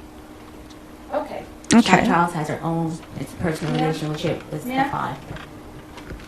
I need to be able to ask you questions. Okay, I and thought you I was need to be able to still answer. answering the first question. Okay. Also, I don't like the lawyer and the judge ganging up on this woman. Ma'am, I need to ask you questions. Mia is slightly combative, but not really. This is what you expect because you are antagonizing her on purpose, and she's just slightly annoyed. But for her to be like, ma'am, I need to ask you questions. Now she's just like an angry black woman on the stand, and she's trying to get the judge to be like, stop. No. Don't do this. Anyway, and also the lawyer is trying to get in control because she's trying to erase from the jury's memory when she said Stefon paid my medical bills. And she's trying to create a new narrative, angry black woman narrative, a combative narrative, something that to make the jury not like her. You know what I'm saying? Y'all know what I'm saying. That you said. You didn't let me finish. Ms. Adams, we're going to take it again, just a question at a time. It is an opportunity for a narrative, and so let her ask her question. All right. Do you see? Okay, but let me just say. Okay, so sorry guys. If she said Stefon did not pay her medical bills. Okay, well, never mind. Strike everything I said. But I am right about this judge. Because when she said, ma'am, I need to ask my questions. Now, Linda the Good Witch jumps in to be like, listen, you need to let her talk. Because if there's anything, I'm telling y'all, I'm not saying all. But if you have been in Southeast Boston and you have experienced a woman in Southeast Boston that looks like this judge and prosecutor, you already know what time they're on, the looks, the tone, everything. They are on that time. That's all I'm saying. And if you have not ever experienced Southeast Boston, women like this at that age that look like this, then don't comment. Feeling that you're not being allowed to finish your question. I'll just take the question out. Thank you. You didn't tell them anything about being assaulted. These are not people I trust to tell anything of that nature to. They're just people that you trust to spend a week with. These are people that I met through Stefon days. I had no choice but to stay with them. I had no money. I thought you just testified you had a ticket to Atlanta. That Sonny brought. And then you changed on December 2nd, right? Yes. And then you changed your ticket to Atlanta to go to New York with Yes. Shy and Sonny. I'm sorry, with Shy and Tolly, right? Yes. So you did have someplace else to I go. changed the ticket because I didn't have money for Ubers to get home in Atlanta. Shy was going to pick me up from the airport.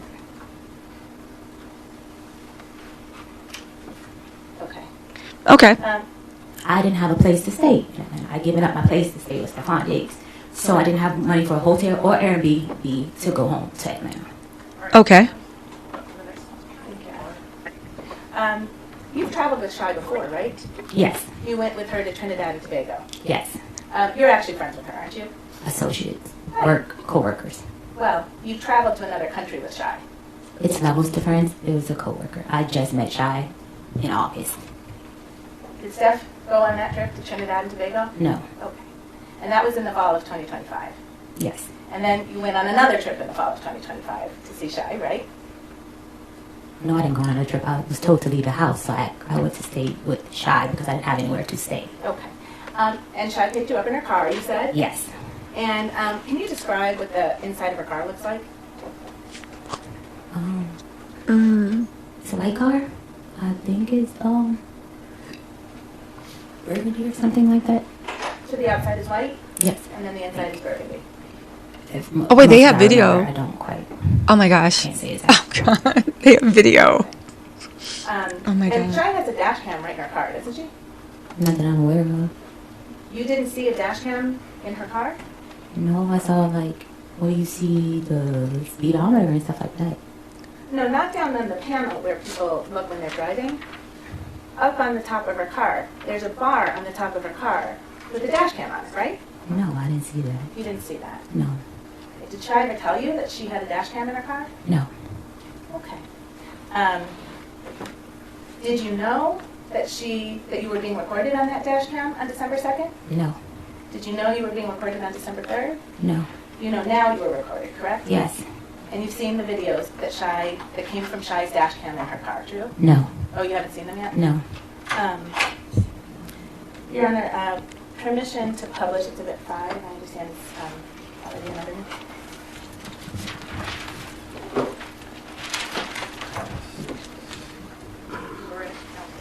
Your Honor, sorry, maybe we can see inside. Oh my God, you guys, they have video. Shy. So Shy, the girl that picked her up, is also Cardi B's hair braider that braids Cardi B's hair and all her kids' hair. Cardi B's kids are all over her Instagram, was also sleeping with Stefon. And that woman, Shy, picked her up from the airport and had a dash cam in her car and literally gave it to Stefon's defense to take this girl down. Woo, it's a dirty game. They're about to show us the video. Hold on.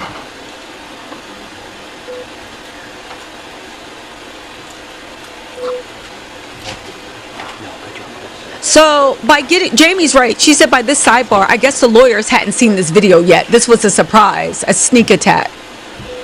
Come on, get to the video. I need to see this video. Her attorney is the prosecutor. Girl, it's a dirty, dirty game. Oh my God. Let's see what it shows. Because if she's just giggling, having fun, I mean, let's see. What's been admitted in this case as Exhibit 5? I can't see.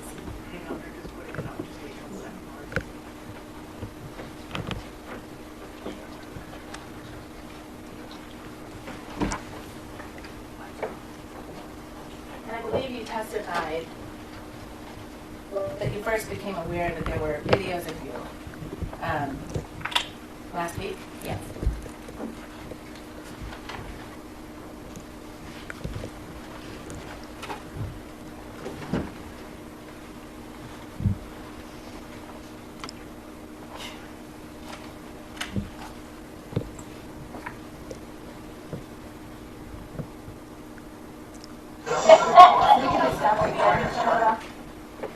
I don't know, Ms. Adams, were you able to see that person in that video? If not, we can play the whole thing. Okay.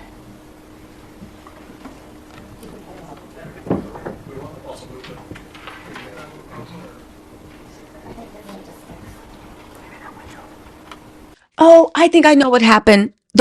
So when you share evidence, you give it to them in a giant dump. They probably gave them a bunch of videos and the prosecution didn't look through all the evidence that was shared enough. So maybe this disc gets snuck in. Yikes.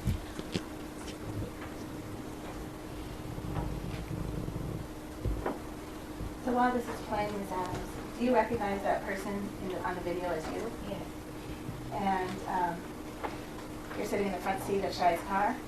Yes. And this is you when you were just after you were picked up from LaGuardia Airport on December 2nd, right? Yes. Was there someone else in the car to your memory? No. I'm sorry? No, not when she picked me up. Okay. Did Holly Moses also get picked up from LaGuardia just after you? No, she got picked up from her boyfriend's house in Queens. What? Okay. But she was eventually in that car with you? So Shai I'm was trying there to in see the what's car, on this right? video. Yes. And then you're in the front passenger seat as we see you? Yes. And then did Tali sit in the back behind you? I'm sorry? Behind Shai? Okay. And this was all on December 2nd? Yes. And this is the day you say you were violently assaulted? Yes, that doesn't justify prove that I wasn't assaulted because I learned how to say. But real talk, doesn't her face look swollen? Doesn't it look like there's something on the side of her face? Face. Okay. Mr. Kettlewell, can we also show the next video? William Stefon, Exhibit 5. Your Honor, just for clarification, Exhibit 5, I think, is just a number of videos in one exhibit. Thank you. And do you recognize the person in this video? Yes. And that's you in Shai's car again? Yes. And this is the next day, right? It's Okay. the 3rd. Do you recognize that? I mean, she looks rough. She looked like something happened to her. Not really able to see. And her face does look swollen from the side. The cheek that's turned, her face looks swollen. And she looks like she just been through something. She looked rough. I'll give you, Mr. Kettlewell, is this marked as Exhibit 5 also, the stills? The stills are 6 and 7? Y'all don't think right here it don't look swollen? Her face is symmetrical. Like, y'all don't... Listen, let's wait till the video turn. We'll see. Right? When you visited her in New York City? And you say you don't remember if that's, what date that is? Your Honor, I'm sorry, may I approach one more time? And her neck is covered. What does this prove? Oh, I can't tell the date. I don't remember. I was in her car. I stayed for her the week. Okay. You're telling me it's December. Why is that judge looking at her like that? I don't like this goddamn judge. That judge is like 5, on some bullshit. 03. Do you know what that means? Okay. But this is you on your New York trip with Shai in her car. On New York State, the shack. Okay. This has not been preliminarily marked. From you. I believe that was intended to be in the thumb drive. It's in the thumb drive separately. Stills, though, I think Mr. Burke is referencing, have not been marked as 6 or 7. So if you want me to mix them there. I have no objection to those stills being marked as 6 and 7. Thank you. This would be Exhibit 7. That is that. Yes, thank you, Mr. Clerk. And this Okay. is...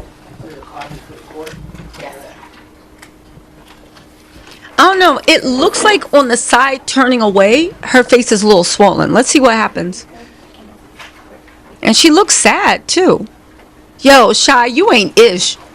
You doing everything. You sleeping with Cardi's man. You can forget about her being her wig braider You unless also had some videos taken of you by Tolly while you were in New York, right? somebody said maybe the judge is getting it Do you also. remember? Well, first, you, Shy, and Tolly all stayed in Brooklyn, in New York, from December 2nd to December 9th, right? Yes. And you all stayed in the same bedroom, Yes. slept in the same bedroom. Yes. And we're together a lot of the time that week. True? Mostly yes. Okay. And there was one night where you and Tolly were kind of goofing around with the video and taking videos. Do you remember that? I don't recall it. Okay. Okay, Mr. hold Kettle, on. Can we play Let's see. Exhibit 8? And, well, before we play, Tracy said that's everyone's man. it's evidence, it's a video from December 6th. Okay. Thank you. Just no objection on the record.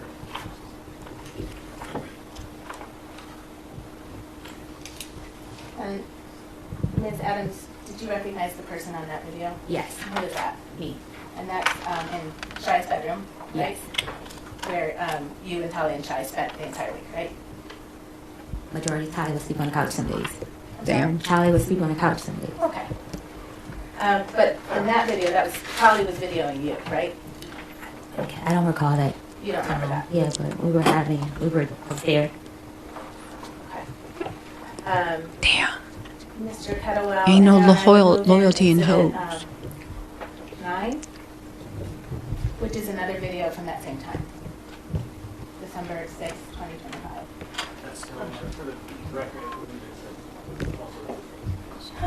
Thank you, Jim. Go ahead.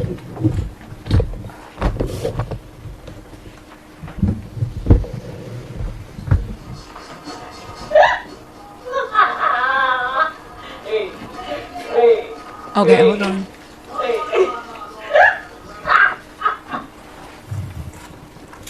Ms. Adams, that was you on that video, correct? Yes. And Your Honor, I would move in stills as Exhibit 9 and 10. Those are stills from Exhibit 8. No objection.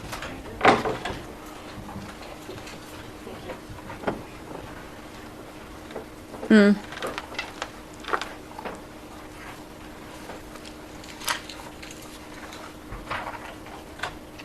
Sorry, I just need it faster.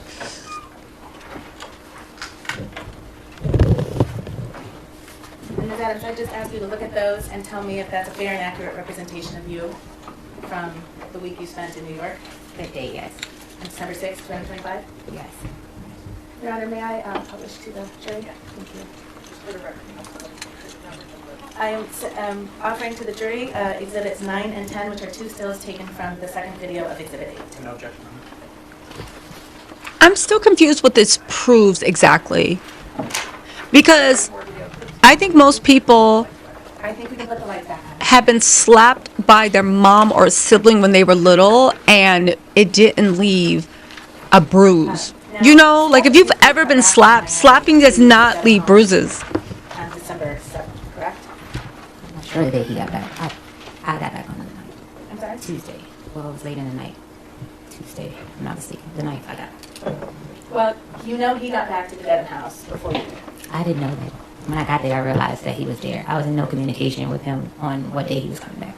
But you were in communication with him. To ask for my pay, yes. So I'm confused. Now you're secretly recorded. I have to say this. You're secretly recorded and this is supposed to prove what? That you were trying to have fun? You got kicked out the house. You got like what? I'm confused what this proved. I'm very confused. Oh, but Jamie had a good point. She said this is why people keep people around, like people like Stefon keep people around that have nothing. So they can take whatever treatment.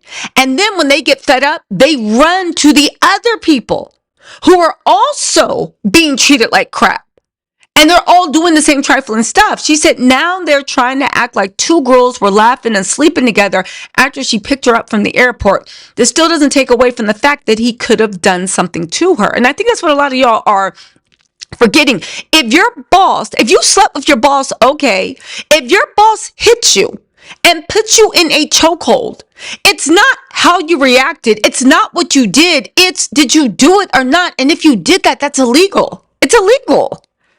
Can you turn to tab C, which has been marked as Exhibit 3, please?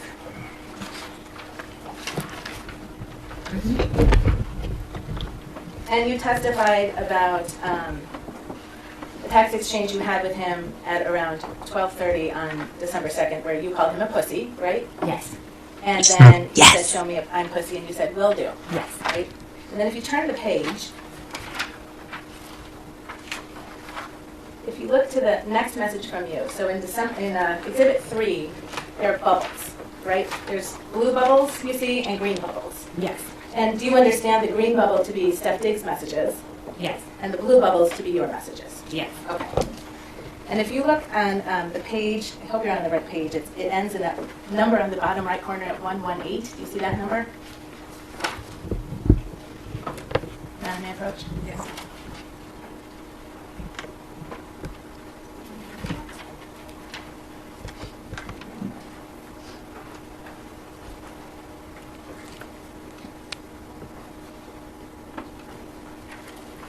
So 117.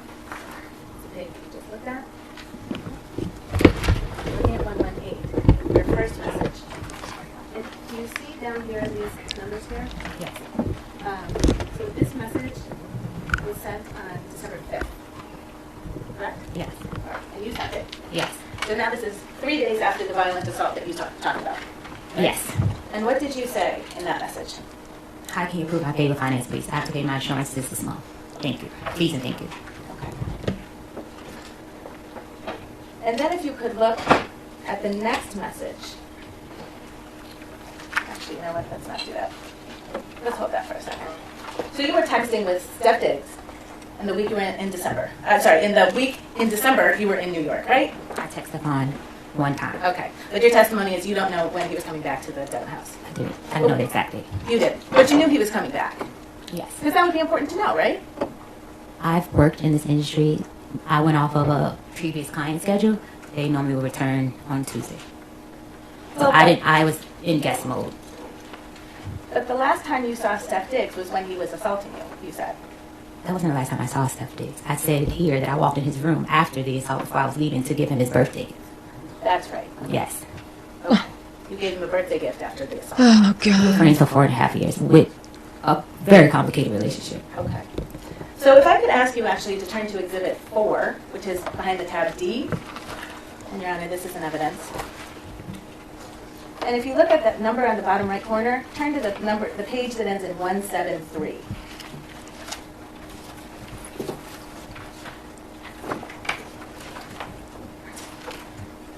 And I'll ask you some questions before we get to that substance, okay? I think you testified on December 9th you went back to the Dedham house, right? Yes. And you got yourself an airplane back to Boston, right? Sonny got me an airplane back to Boston. Okay. And Damn. you landed at Logan Airport at night. Yes. Then you took an Uber to the Dedham house. Yes. You arrived around 11:30 p.m. Yes. You were alone. Yes. You came by yourself. Yes. Didn't bring anybody. No. Okay. And when you got in the house, you went and knocked on Steph's bedroom door. I went to put my things away and I knocked on his door. Yes. I'm sorry. I went to put my things away and knocked at his door. And that was around midnight on changing over from December 9th to December 10th, right? Huh? That's what it says here. I don't recall the time before the message said. Well, he didn't open his door, did he? His code was different. He changed the codes when I came back. Right, because in that house, the bedrooms all had key codes on each door, That didn't he they? controlled. Yes. Did the bedrooms all have key codes on that door? Yes, that he controlled. I'm sorry. This is a yes or no question. See if you can try it. Did all of the bedrooms in that house have different key codes on them? Yes, that he controlled.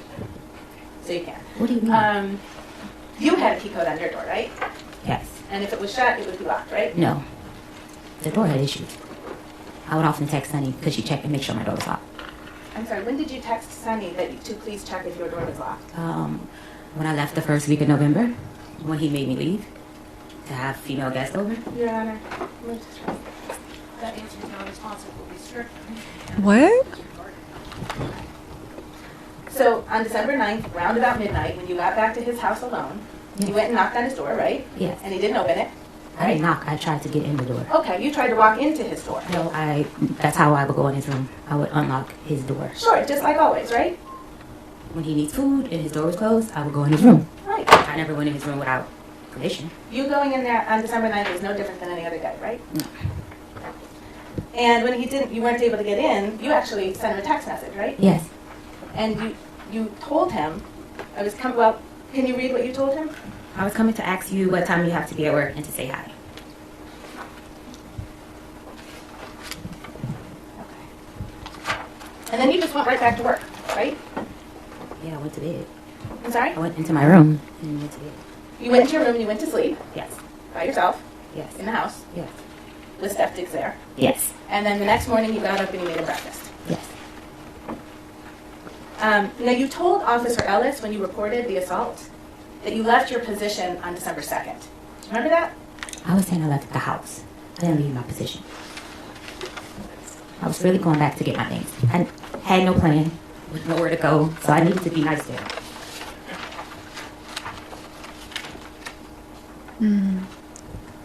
Did you tell Officer Ellis, after the alleged assault on 12/2/2025, Adams left her position and left the residence to stay with a friend in New York?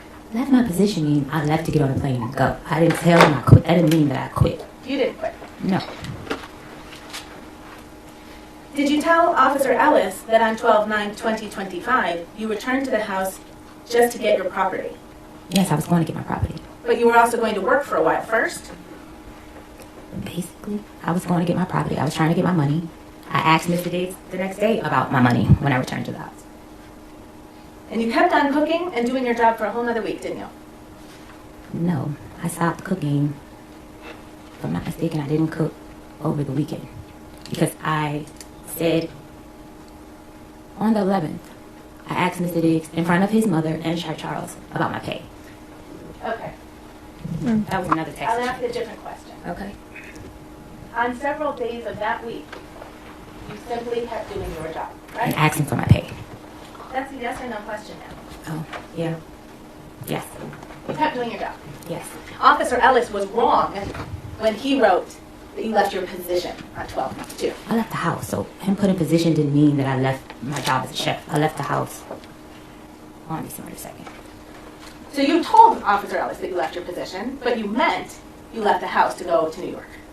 Yes, I left for the day. It wasn't that I was saying I quit or saying it in a way that I quit my job. I didn't say that. You've mentioned Mr. Diggs' assistant, Sunny, a couple of times, right? Pause. A couple of things in the comments I want to draw attention to. Who said that? Marlena said there's always somewhere to go. I don't care if it's a shelter. That's not true. A lot of domestic violence shelters are overcrowded and they don't event. Sometimes there is no way to go. And for you to say that somebody should be sleeping in the street, I mean, I get what you're saying, but I think the whole point is, did he do it? Did he do it? Second of all, people talking about like, oh, well, she was laughing and joking a week after that happened. Okay, some people get drunk. Some people get high. Some people are in denial. Some people do whatever. But the whole point of the matter is people do not react to trauma the same way. I think we need to go back to, did Stefon hit her or not? Not the way she reacted. Stealing Sunny, yes. I'm sorry? Stealing Sunny, that's what he calls her. Your Honor, I move to strike, and I'd ask that the witness be instructed to please answer a question. That answer will be stricken under this report. Now, if you don't Okay. please state it. Thank you, Your Honor. Sunny was a friend of yours, wasn't she? No. Ms. Adams, you texted Sunny all the time, didn't you? Because that was my contact. Go to contact for payment, go to contact if I didn't have access to his card or I didn't have my money on my card to order food. And Somebody said she was making $8,000 a month, paying no rent. Where's her money? I don't know, Joy. Like, I see your point, but like, with each person, you don't know what her obligations are. You don't know what, like, to now start asking somebody, where's your money? It's not in the bank account. She didn't have the money because the funny thing is, they would have subpoenaed her bank accounts and put it up there that she had plenty of money to leave. They must investigate and found out she actually was broke. So to ask somebody, where's your money? I spent it. Like, I spent it. Like, what? Girl, We would discuss things at work. I can blow through that much seriously in a week. You talking about Can I show 8,000 you a document? a month? I could blow 8,000 in a week if I have access to it. That is text messages between you and Stefon. I see what this is. Look at this judge.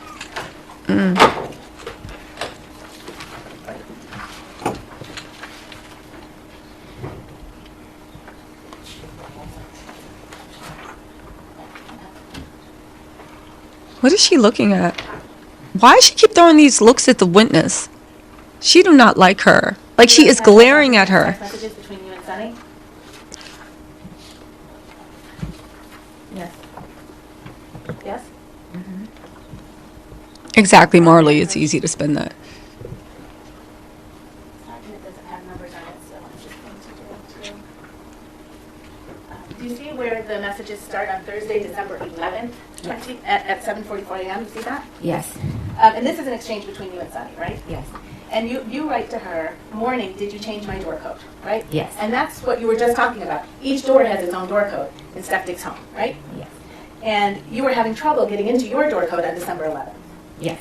And had you been having trouble getting into your door code since you got back on the evening of the 9th and 10th? When I walked in on the night, it pushed right open. Okay, all right. So it changed in somewhere around there. When the morning, maybe when I walked out the door, that morning I made breakfast. If I'm not mistaken, that's the morning that, Ma'am, I'm just going to stop you. Okay. It's not responsive. all right. All right? So on December 11th at 7:44, you asked Sunny, did you change my door code? And she says, no, I don't know the code, right? She doesn't have access to change code. Okay. And she says, Rich? Question mark. Who's Rich? Rich was like, somebody to help around the house. He was like a maintenance guy. I would call him that. Someone to help around the house. He did a lot of stuff for Mr. Diggs. Okay. He was And a he was at the maintenance house a person. lot, right? If we needed anything, yes, we would call Rich. Okay. And you say to Sunny, I asked, he hasn't answered yet. And then you say they changed it, right? Yes. Sunny asks, who changed it? Here, maybe we can see his iPhone.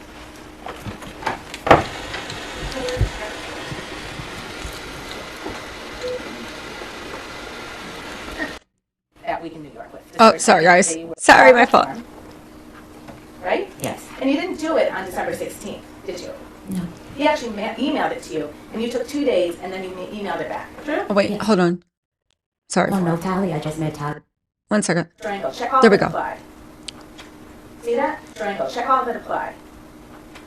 See that? Forearm, right hand. Body and where I couldn't breathe, it was a 10-foot. You've traveled with Shai before, right? Yes. You went with her to Trinidad and Tobago. Yes. You're actually friends with her, aren't you? Associates. Work. Co-workers. Well, you've traveled to another country with Shai. It's levels to friends. It was a co-worker. I just met Shy in August. Did Steph go on that trip to Trinidad and Tobago? No. Okay.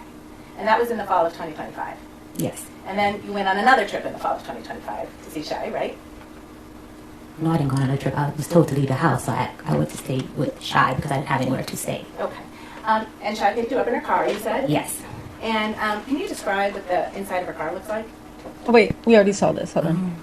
Went in New York from December 2nd to December 9th, right? We saw this. Hold on. I rewinded. And you testified about the text exchange you had with him at around 12:30 on December 2nd, where you called him a pussy, right? Yeah. When you did The that. codes when I came back? Right, because in that house, There we go. the bedrooms all had key codes on each door, The didn't heat they? control. Yes. On several days of that week, you simply kept doing your job, And right? asking for my pay. 1 second. Okay, I'm just trying to get it back. Okay. And Okay. so that text exchange with Sunny, that was at 7:44 a.m. on December 11th. Yes. All right. And if you look at these messages on page 178 of Exhibit 4, We're caught up now. this blue message at the top is something that you sent on December 11th, 7:52 a.m. Do you see that? Yes. And you sent it to Steph. Yes. What did you say to Steph? Did Lindsay change my door code? Okay, that's where we left off. Okay. And then you and Steph kind of have a back and forth about the codes and why can't you get in, right? Yes. All right. I remember that. That's not listed here, though. And meanwhile, you're also having a text exchange with Sunny about Steph and the white bitch, right? Yes. Objection, Your Honor.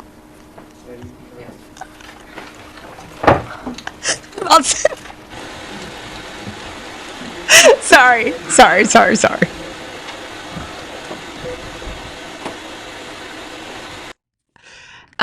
Marlena Petty said, Tisa, I think you just hate Stefon. I'm not saying it's okay, but I've been on this earth for 50 years. If he hurt her to the point of pressing charges, you should exit. That wasn't her man. Marlena, I just think that you are say being a Captain Save-A-Mammy for a man you don't know. A man that you don't know. A man that had five. You know what? It don't even matter.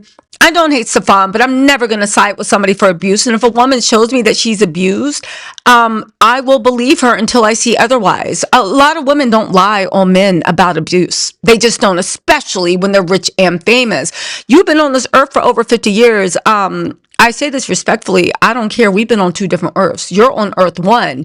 I'm on Earth 2, where it don't matter what the situation was. No one has the right to put their hands on anybody, and there are laws against that. So I've been on the earth where there's laws and a civilized society, and you've been on the earth where you think this man, if you're hurt to the point of pressing charges, you could. That's like saying if somebody robs you but they didn't leave you broke, then why are you there? You got money, right?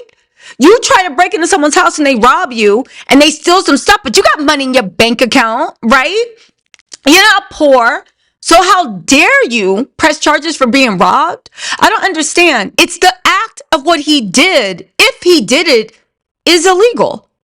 It's illegal. So the question is, did he did it or not? And as much as you think I hate Stefon, why do you have to take up for a man that you don't even know? You don't know whether she's lying or not, but you've just decided because you've been on this earth long enough and you know how women are. Okay. Sure. I live on a different earth. We're in like, what is it? Parallel timelines. I'm on Earth 1. You're on Earth 2.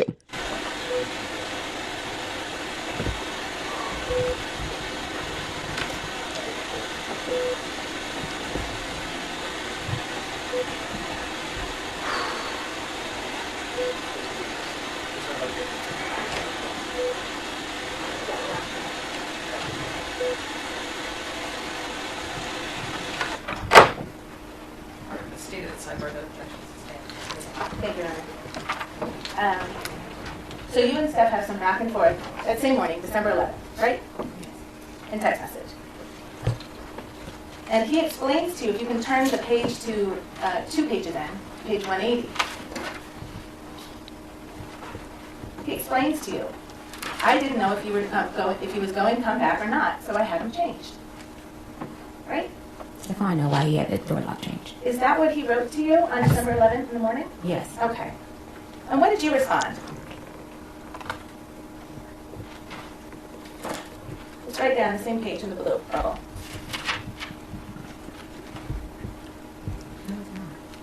Lord. And if you can turn the page,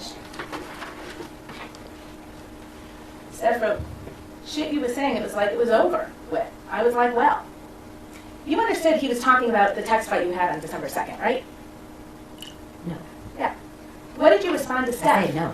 I'm sorry? I said no. I didn't say no. You didn't understand that he was talking about the last time that you saw each other on December 2nd, which is the day you got in the text fight about Lindsay and you not going to Miami?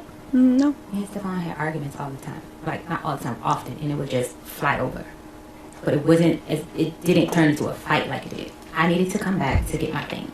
Let's see what did you respond to Stefon on December 11th? And this is now 9 days after you were assaulted, supposedly. I was assaulted. It wasn't supposedly. What did you respond to Steph? Was very emo. Sorry I made you feel that way. I don't want to leave. I want to stay to take care of you as long as I need you. And you sent him a second message. Really sorry, Steph. You were angry with him on December 2nd. You already testified to that. I needed to be nice to Stefon in order to get my pay to leave. I'm sorry, you were texting? I needed to be nice to Stefon in order to get my pay to leave. Let's talk about your pay. Yes. You admit that you were apologizing to him about December 2nd, your behavior, don't you? I was being nice to Stefon to get back in his good graces to get paid. You were apologizing for your Not behavior. by choice. You were apologizing to Stefon Diggs by text on December 11th for your behavior on December 2nd? Not by choice. Is that a yes? That's a not by choice. It's a yes or no question, ma'am. I don't know what that would be, a yes or no question. It's a yes or no question. If the witnesses say she can't answer that yes or no, she does not have to. Okay.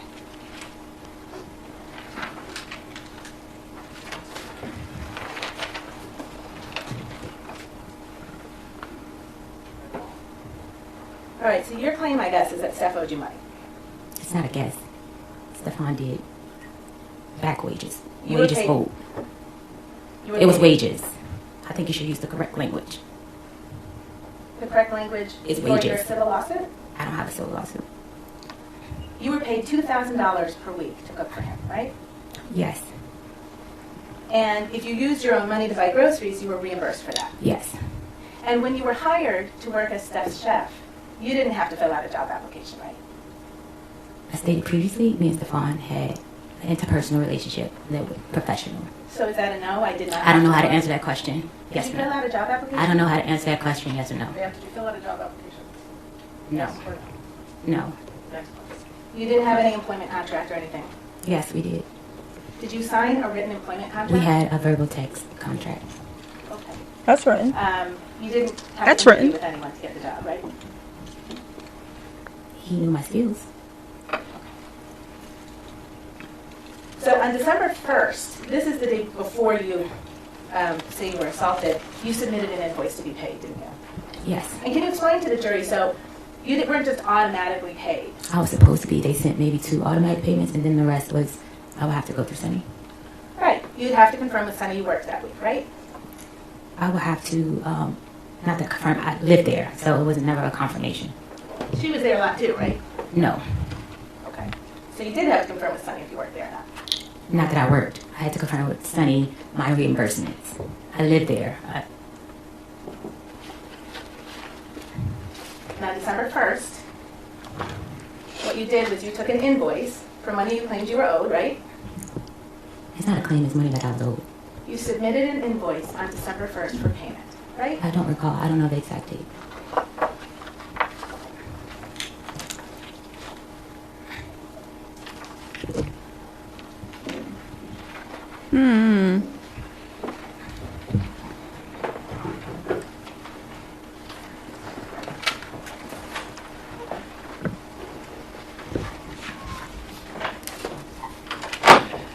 Rich said this case is trash. She won't get much of anything at all. This is a criminal case. She's not suing for money. She wants Stefon to go to jail for putting hands on her.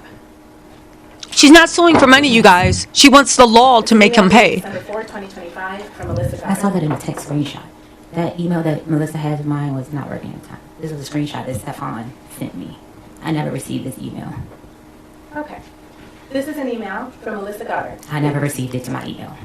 Did you see the text of this message before? I seen a screenshot similar. I can't recall You know the you exact have. message. Would you like me to give you a document to Sure. refresh you? Yes.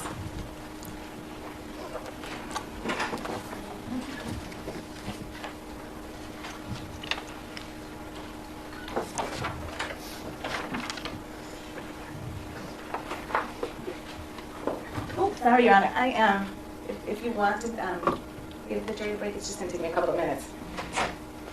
Why don't you just take a 5-minute break? Thank you, Your Honor. Just this time. Okay, so they're taking a break. Let me fast forward it to it. But again, who said this? Long hair, get in there, said exactly fawn, a fair response. Fight, flight, or fawn. That is a response. I understand. The data shows that way more people have either been abused or know someone that's been abused. But everybody in here, I don't know. I know Jamie said Marlena probably thinks Cassie is dumb as well.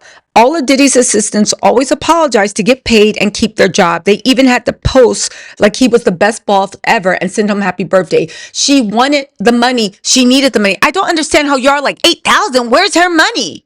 I don't know. Student loan bills. Her mom was in the hospital. I don't know. But she was owed more money. Like, I don't understand how every step of the way y'all just like, well, why you ain't have money? You ain't had this? Like, let's see what your bank accounts are. Do y'all have savings? Like, I'm confused. Not for all y'all, but the people in the back. I'm very, very, very confused. Let's bring this on back. Yes. Okay. And that was your invoice, right? Yes. And you said on that invoice dated December 1st, right?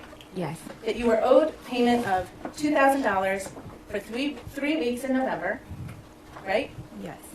And you were owed grocery reimbursement for $3,179.06, right? Damn. And that was what you submitted to get paid. Groceries are expensive. Yes. And you said you didn't receive this email, but you remembered getting it by text message, right?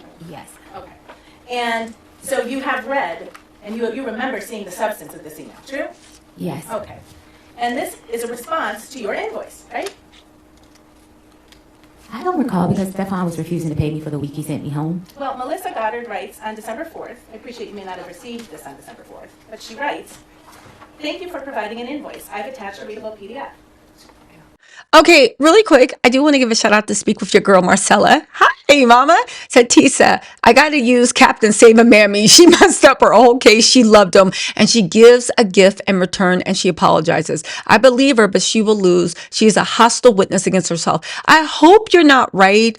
I do know that anytime a black woman, and I'll say it as a black woman, anytime a black woman asserts herself, corrects people, and does not let somebody like that lawyer, they will call her, they call us hostile. If she was a man, I do not think that this is hostility. I think it's annoyance. I think it's frustration, but it's not hostility. You know, and the Stefon's defense team is trying to make the jury not like her, and you know what? I'll even take black woman out of this because I think this is universal. Any type of time a woman is assertive, she's hostile, and people don't like women that correct people. People don't like women that stand up for themselves. People don't like women that'll be like, no, that's not true. You know what I'm saying? So.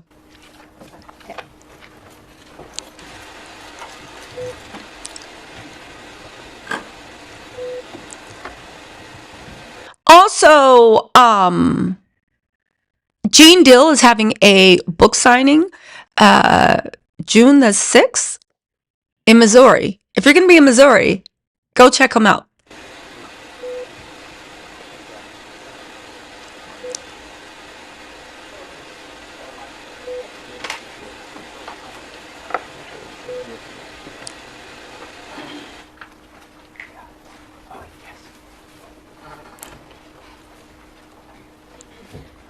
And it turned out, Ms. Adams, you had gotten paid for 2 of the 3 weeks that you said you hadn't gotten paid for, right? This is missing a whole lot of stuff. The yes or no question. I can't answer your question correctly without the proper evidence. Your Honor, may I approach? So the jurors, her job is to, her job is to make her. Do you recognize this document as text exchanges between you and Sunny?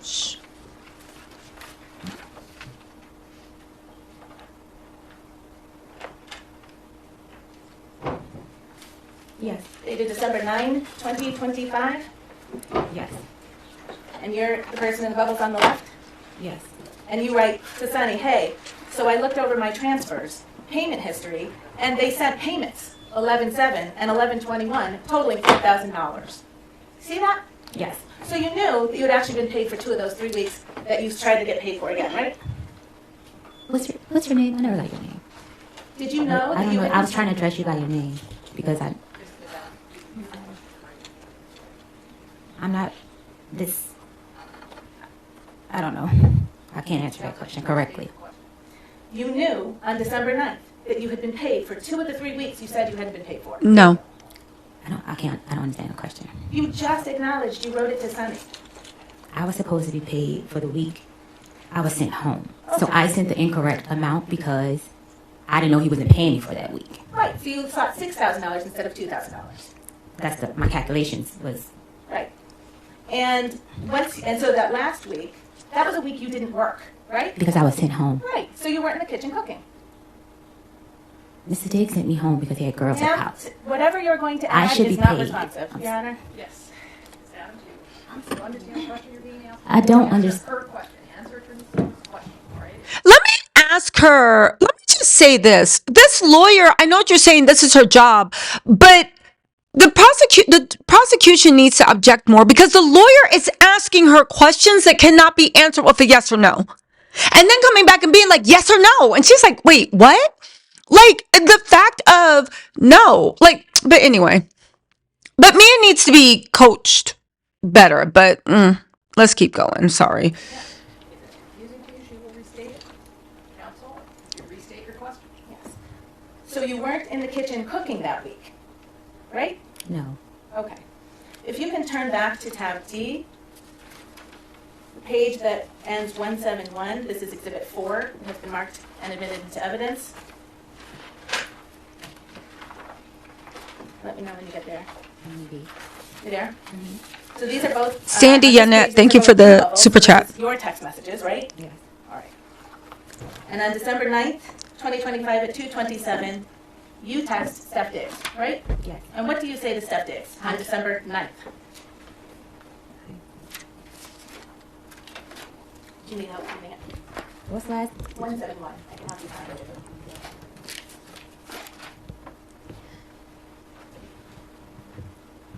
I said, can she call? I'm sorry, the second text message. Read the second text message? Yes, please. Without reading the You messages can read the before? first and we can talk about who you're asking about. That's fine.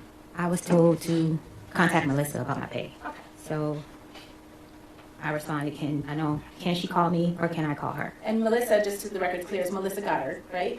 Yes, She's Steph Diggs' bookkeeper. that's what I was told. She's the person who wrote that email on December 4th informing you that you had been already paid for 2 of the 3 weeks you were looking for, right? I didn't receive that email. Understood. So you were asking if she could call you or you could call her, right? I was told to You were reach out told to you could her. talk to her, right? Yes, And you never called her, did you? yes, I did. What did you say in the second I asked him bullet? for the number. I'm sorry, I what asked him for Miss Melissa Goodhart's number. the number is right on the email that you got in text form. But that was later time. This was December 4th. The email is from December 4th. The text message you're about to read is 5 days later, December 9th. What I'm trying to say to you is that that text message was sent at a later date to me.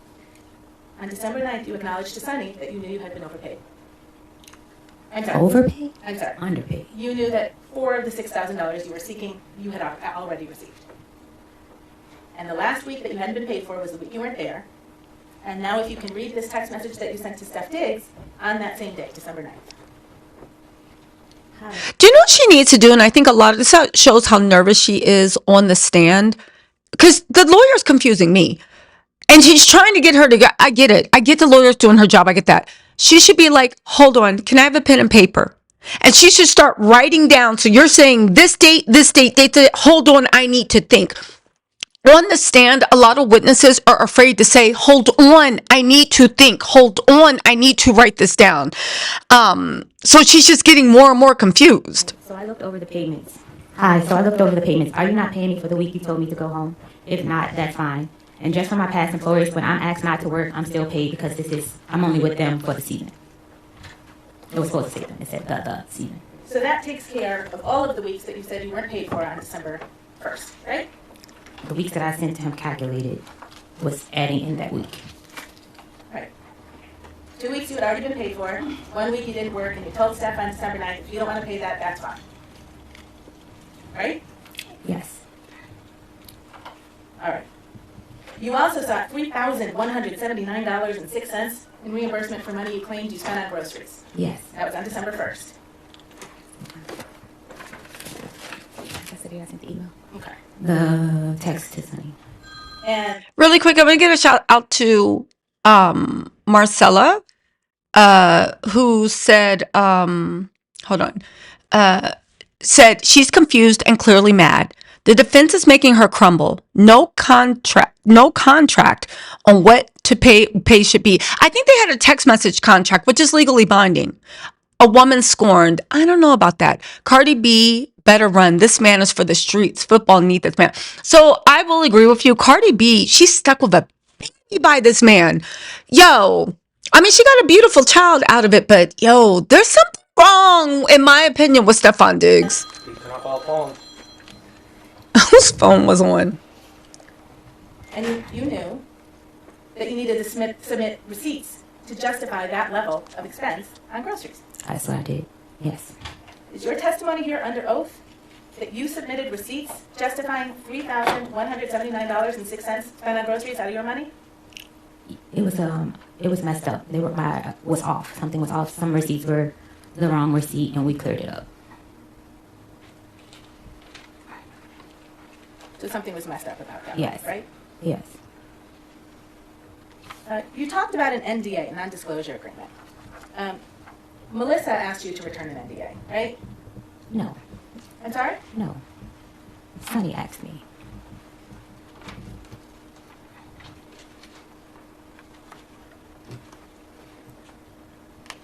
For the record, I don't think she's being hostile, a hostile witness. You know, she's handling this very well.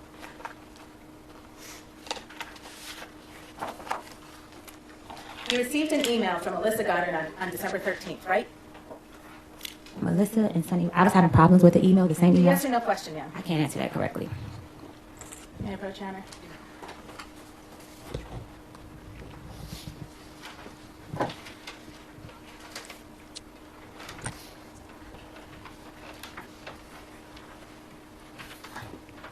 Do you recognize that as an email you received from Melissa Goddard on December 13th? Yes. And the subject line is NDA payment? Yes. She tells you she's Melissa, Mr. Diggs' bookkeeper, right? Yes. So you hadn't talked to her before December 13th because she's introducing herself right now. Yes. Okay. She says, please return the completed NDA provided to you by Sonny to this email address, right? Yes. This is required for employment with Mr. Diggs or any of his entities. Right? Yes. Sonny has an NDA, doesn't she? I'm not sure. You don't know? I don't talk to Sonny about her business with Mr. Diggs.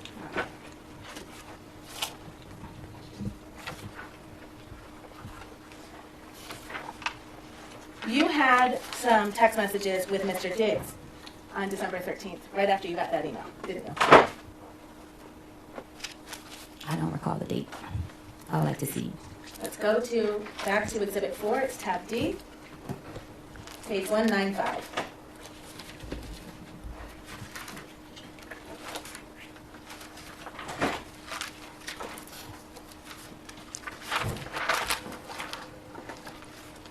Let me know when you're there, please. You there? Mm-hmm. And again, this big blue text bubble right here at the top, that's from you, right? Yes. Okay. Put a one in the comments if you think, if you believe her, a two if you don't. 2025, you sitting here playing in my face. It's 700 some comments and none saying you effing Lindsay. Not a one. So if I told someone that, why it's not in a blog? You're still talking about that blog, that anonymous blog that caused you to get mad at Steph on December 2nd, right? What? When What you chose anonymous to believe blog? Lindsay over you.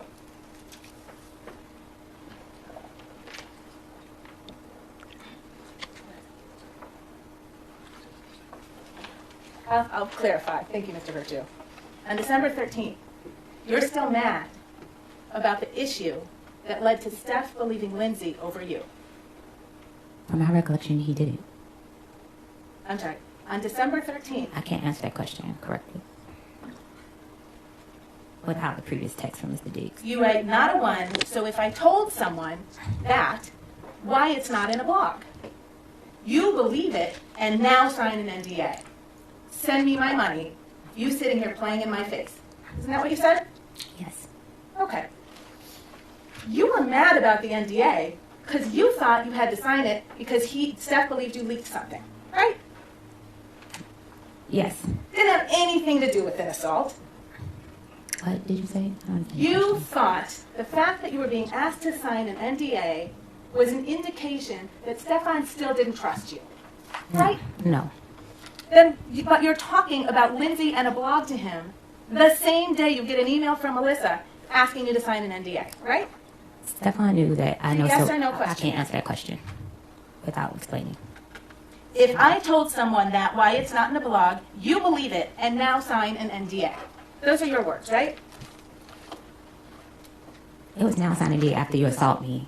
I had information on you. You didn't And you say think I any- was leaving. Ma'am, not responsive. You didn't say anything about an assault when you talked about an NDA. I hope she realizes anytime this woman starts playing this game, yes or no, like any good defense lawyer do, just be like, I can't answer that without explaining. I can't answer that without explaining. I can't answer that without explaining. Did you? It does not change the fact that I was assaulted. You talked about Lindsay in a blog, and he It believed does not Lindsay. change the fact I was assaulted.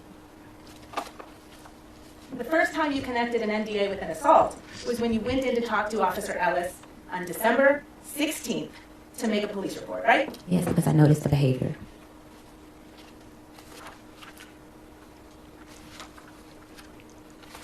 And that was the same officer that you didn't need to be honest with about some of the details about your relationship with Steph, what happened on December 2nd, when you left your position, why you went back to his house on December 9th. True? I don't understand the question. Can you repeat it? Yeah, she All of lost me those too. things that you said to Officer Ellis on December 16th were not true. You had a fight with Stefon Diggs on December 2nd over text about Lindsay and a blog and him believing Lindsay. Not about money, right? It was about money. The last text that I sent to Ms. Diggs was about money. It was a bit of a compound question. Yeah, what? It's true, Your Honor. I will. Let's turn back to the text messages between you and Steph after you sent that text message to him on the 13th, connecting the NDA. Oh yeah, right after this, I'm going live with the Met Gala, you guys. This is going to be a big live day. We're going to have it, and I'll talk during the Met Gala, okay? So You she and doesn't. Stefon got in another text argument about that issue, right? So really quick, I just want to tell you guys, her lawyer is the state. It's a prosecutor. This woman is not suing for money. She wants Stefon legally held accountable for hitting her and choking her, according to her allegations. This woman is not suing for money. Her lawyer is the district attorney. The district attorney is in charge of protecting the Commonwealth. That means even if you think it's okay to get slapped in your face and spit on by your boss, it is in fact illegal. So they make sure that no boss can slap you in the face and spit on you. Do you see what I'm saying? Yes, she is the person thing, but the people get involved when they try to protect society from who they deem to be a threat. There's no money involved. This isn't a civil trial. This is a criminal trial. That said, I feel like the prosecutor does suck. That said, you guys have a point. And if you could turn to page 201.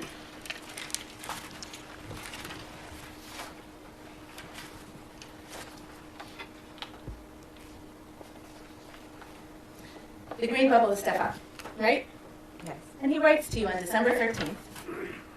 Here you go. Don't worry about Melissa, and you don't got to worry about working moving forward. I never told nobody not to pay you. They said you owed money. You knew that, right? No. You knew that Melissa calculated the receipts that you submitted. And I cannot answer that. Overpaid, didn't you? No. Okay. They said you owed money, said Steph to you on December 13th. Here go that bread you was supposedly owed, I guess. That's what he said to you, right? Yes.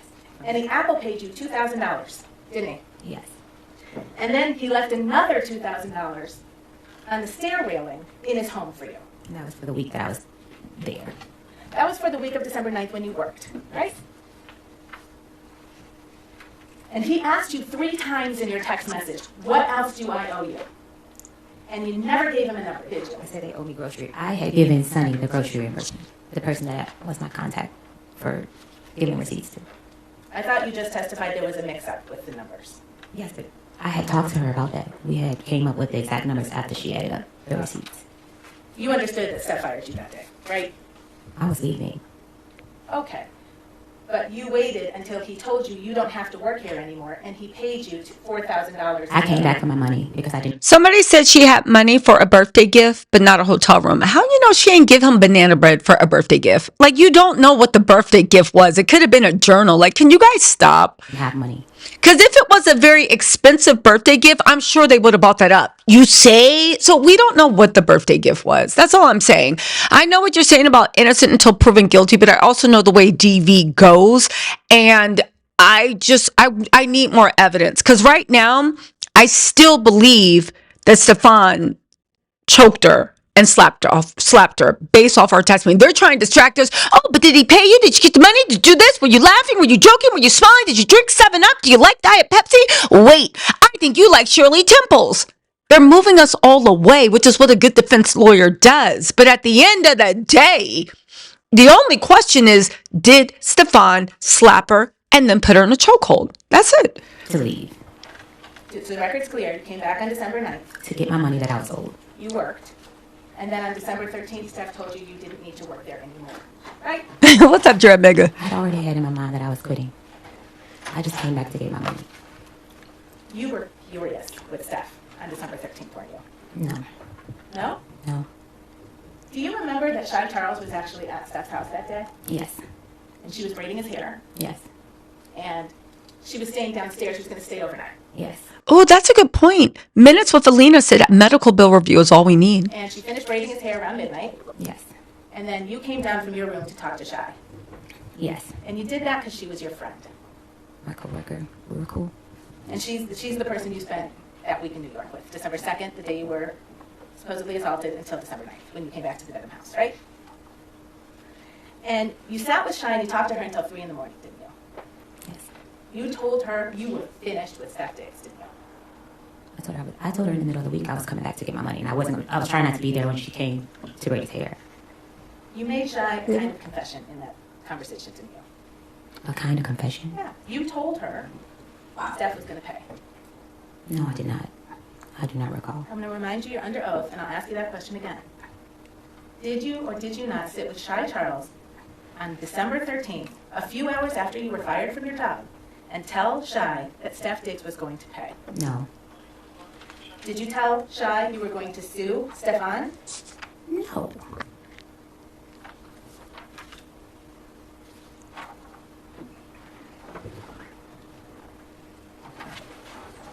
So after you were fired on the 13th, you stayed in the house, I think you said 2 more days, right? I wasn't fired. After Steph Diggs told you you didn't need to work there anymore and paid you all the money That day you went back that there. you claimed you were owed, you stayed in the house for 2 more days, right? I had to get a plane ticket and I had to find somewhere to stay. Okay. And then when you left his house, you went to the Dedham police station. No. Went to the Dedham police station on December 16th. I left his house on the 15th. You testified, and on your direct examination, you left on the 16th. I left Stefon's house on the 15th. I went to the Dedham police station on the 16th. Okay. And you told them he'd assaulted you 14 days before. On December the 2nd. And you had to pick a day that was long enough ago that it would explain why you didn't have any injuries, right? What?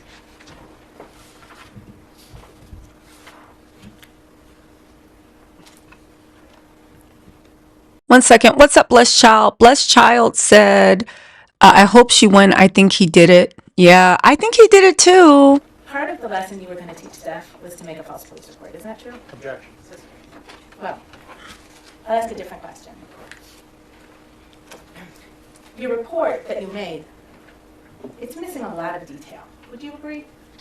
Yes. I was afraid to tell. Just say yes. Stop giving this It's missing woman. more than that, No, right? it's not. In your opinion, it is. Okay. It's missing more of the text that was shared in the morning. Okay. It would have exposed a lot of things, and I still was trying to protect him and myself. You actually recanted your own statements, didn't you? No. I can't. So you know the criminal complaint in this case issued on December 29th.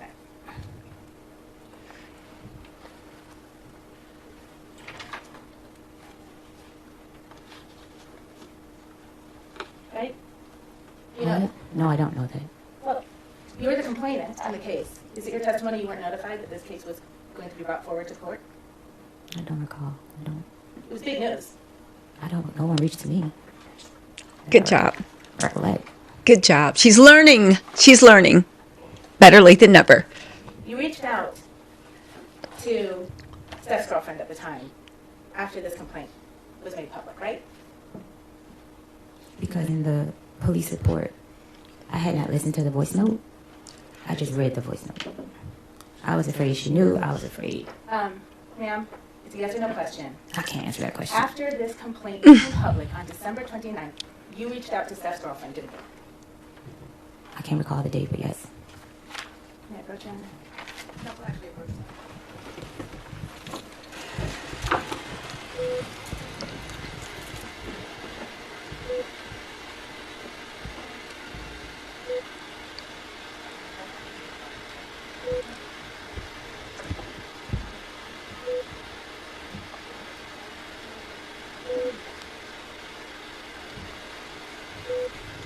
When are they like ending court? How long is this going to be? Let me move my Met Gala thing. What time is it in Boston? Aren't the courthouses closed? All right, jurors, we are going to be recessing. Shh. And I want to remind you not to discuss this case with anyone, including your fellow jurors, family members, or friends. And I also want to say you're not to allow anyone to discuss this case with you or in your presence. I'm going to ask you not to stop in the public areas of the courthouse, to leave the courthouse directly, and then tomorrow morning to return directly to the jury room. All right? And again, you must not read, watch, or listen to any news accounts or media reports about this case, and you must not conduct an independent investigation of any kind, including on the internet or otherwise. So please keep an open mind, do not form or express any opinions about the case until it's submitted to you for your deliberation. We will resume tomorrow, and ask you to get the jury room by 8:45. All right? With all of that caution, have a nice night, and thank you for your attention. All right, juror, can you step down this way, please?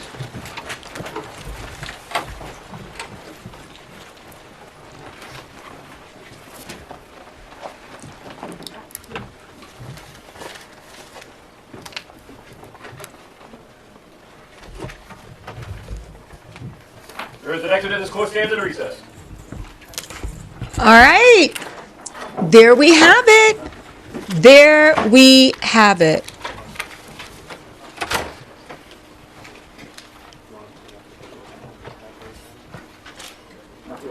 Yo, let me just say something. Stefon couldn't help looking at her, taking a look at her booty, and also glaring like he gonna make her pay. Stefon looks like a cartoon villain to me, an evil mastermind. Again, here's the thing. I found this woman's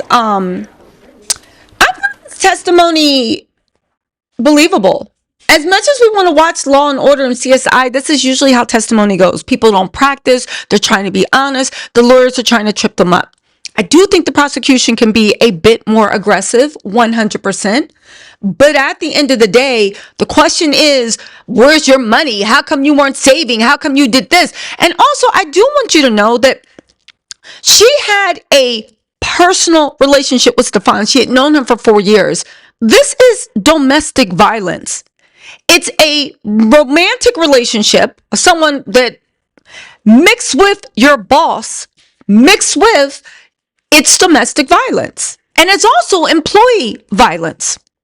And I'm on the thing, just because you share your body with someone does not mean that they have carte blanche to do whatever. The same way a man can understand is just because a man gives you your credit card one time and be like, oh, go get your matcha latte, does not mean you can go to the Chanel store and run it up. There is such a thing about consent, and men seem to understand consent when it has anything to do with their money. When it has anything to do with their money. So my whole point is this is, ask yourself this. We're not asking about what she could have done, what she should have done, how you handle that. The question is, did Stefon choke her and slap her? How she reacted after that, that's the question. Stefon had a bunch of women and men living in his house.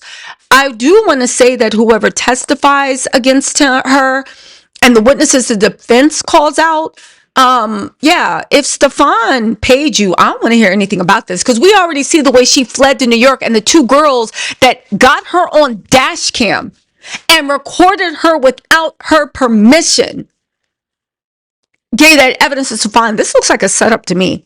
This looks like a setup, and it looks like Stefon called the girls and was like, yo, can you get her up there and make sure you get audio and tape and all this other stuff? Because at this point, she wasn't saying she was going to sue Stefon. She didn't tell anybody what happened. There was not even text messages, right? So if Stefon, why would Stefon ask for all, if he did? It just seems very, very convenient that they called her on dash cam. They called her on this. The girl's dash cam was running. Your dash cam inside? Unless that girl's an Uber driver, did that girl normally have a dash cam in her car? I'm being dead serious. It doesn't make any sense. So, and you didn't even tell her she was being recorded. Who keeps their dash cam on while they're joking around with their friends? It sounds like Stefon tried to build a record. Sounds like they tried to build a record. And it sounds like he tried to cover up. Listen, I will say this, right? Forget about whether Stefon's going to go to jail or not. This is a cautionary tale and a warning for any woman, and maybe even man, that comes close to Stefon. If this woman's telling the truth, I think her story is believable. And turning it into whether she had Diet Coke or full sugar Coke on last Tuesday's breakfast, I don't think that really makes any difference. But that's just me. Anyway, you guys, let me get out of here. I got to go live for the Met Gala. We are about to go live for the Met Gala. Thank you so much for joining. I am going to be doing the whole trial, so I'll see y'all here tomorrow. If you like people talking in the theater while you're watching a movie, then you'll like my channel. All right, hold on. Let me get to the super chats one more time. Before we go, 1 second, y'all. Where are we? I just want to get to this one more time before we go. There's something that you guys are trying to tell me. Hold on. Where is it? I don't know. 1 second. Not now. 1 second. Let me just, whatever. There's one more thing I have to tell you guys before I go. She said, yeah, that's a good thing. Jamie said we need an Amazon receipt on when that dash cam was purchased. Again, y'all saying that Stefon can't be lying. But what I'm trying to tell y'all is, to Jamie's whole point, who keeps a dash camera on, right? Blessed Child said you can't trust no man who had 3 or 4 babies in the same year. I agree with that. I will say this. Who secretly records their friends on dash cam when they come and pick them up? All this evidence they have, to me, makes it look like, oh, so y'all was trying to get something. Y'all was trying to get something to make her look like she was lying. Anyway, you listen, I got to go live for the Met Gala.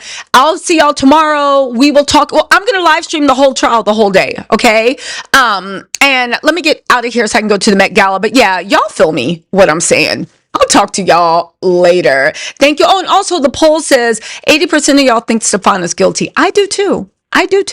Anyway, y'all, let me know what you think in the comments. I'll talk to y'all later. Bye.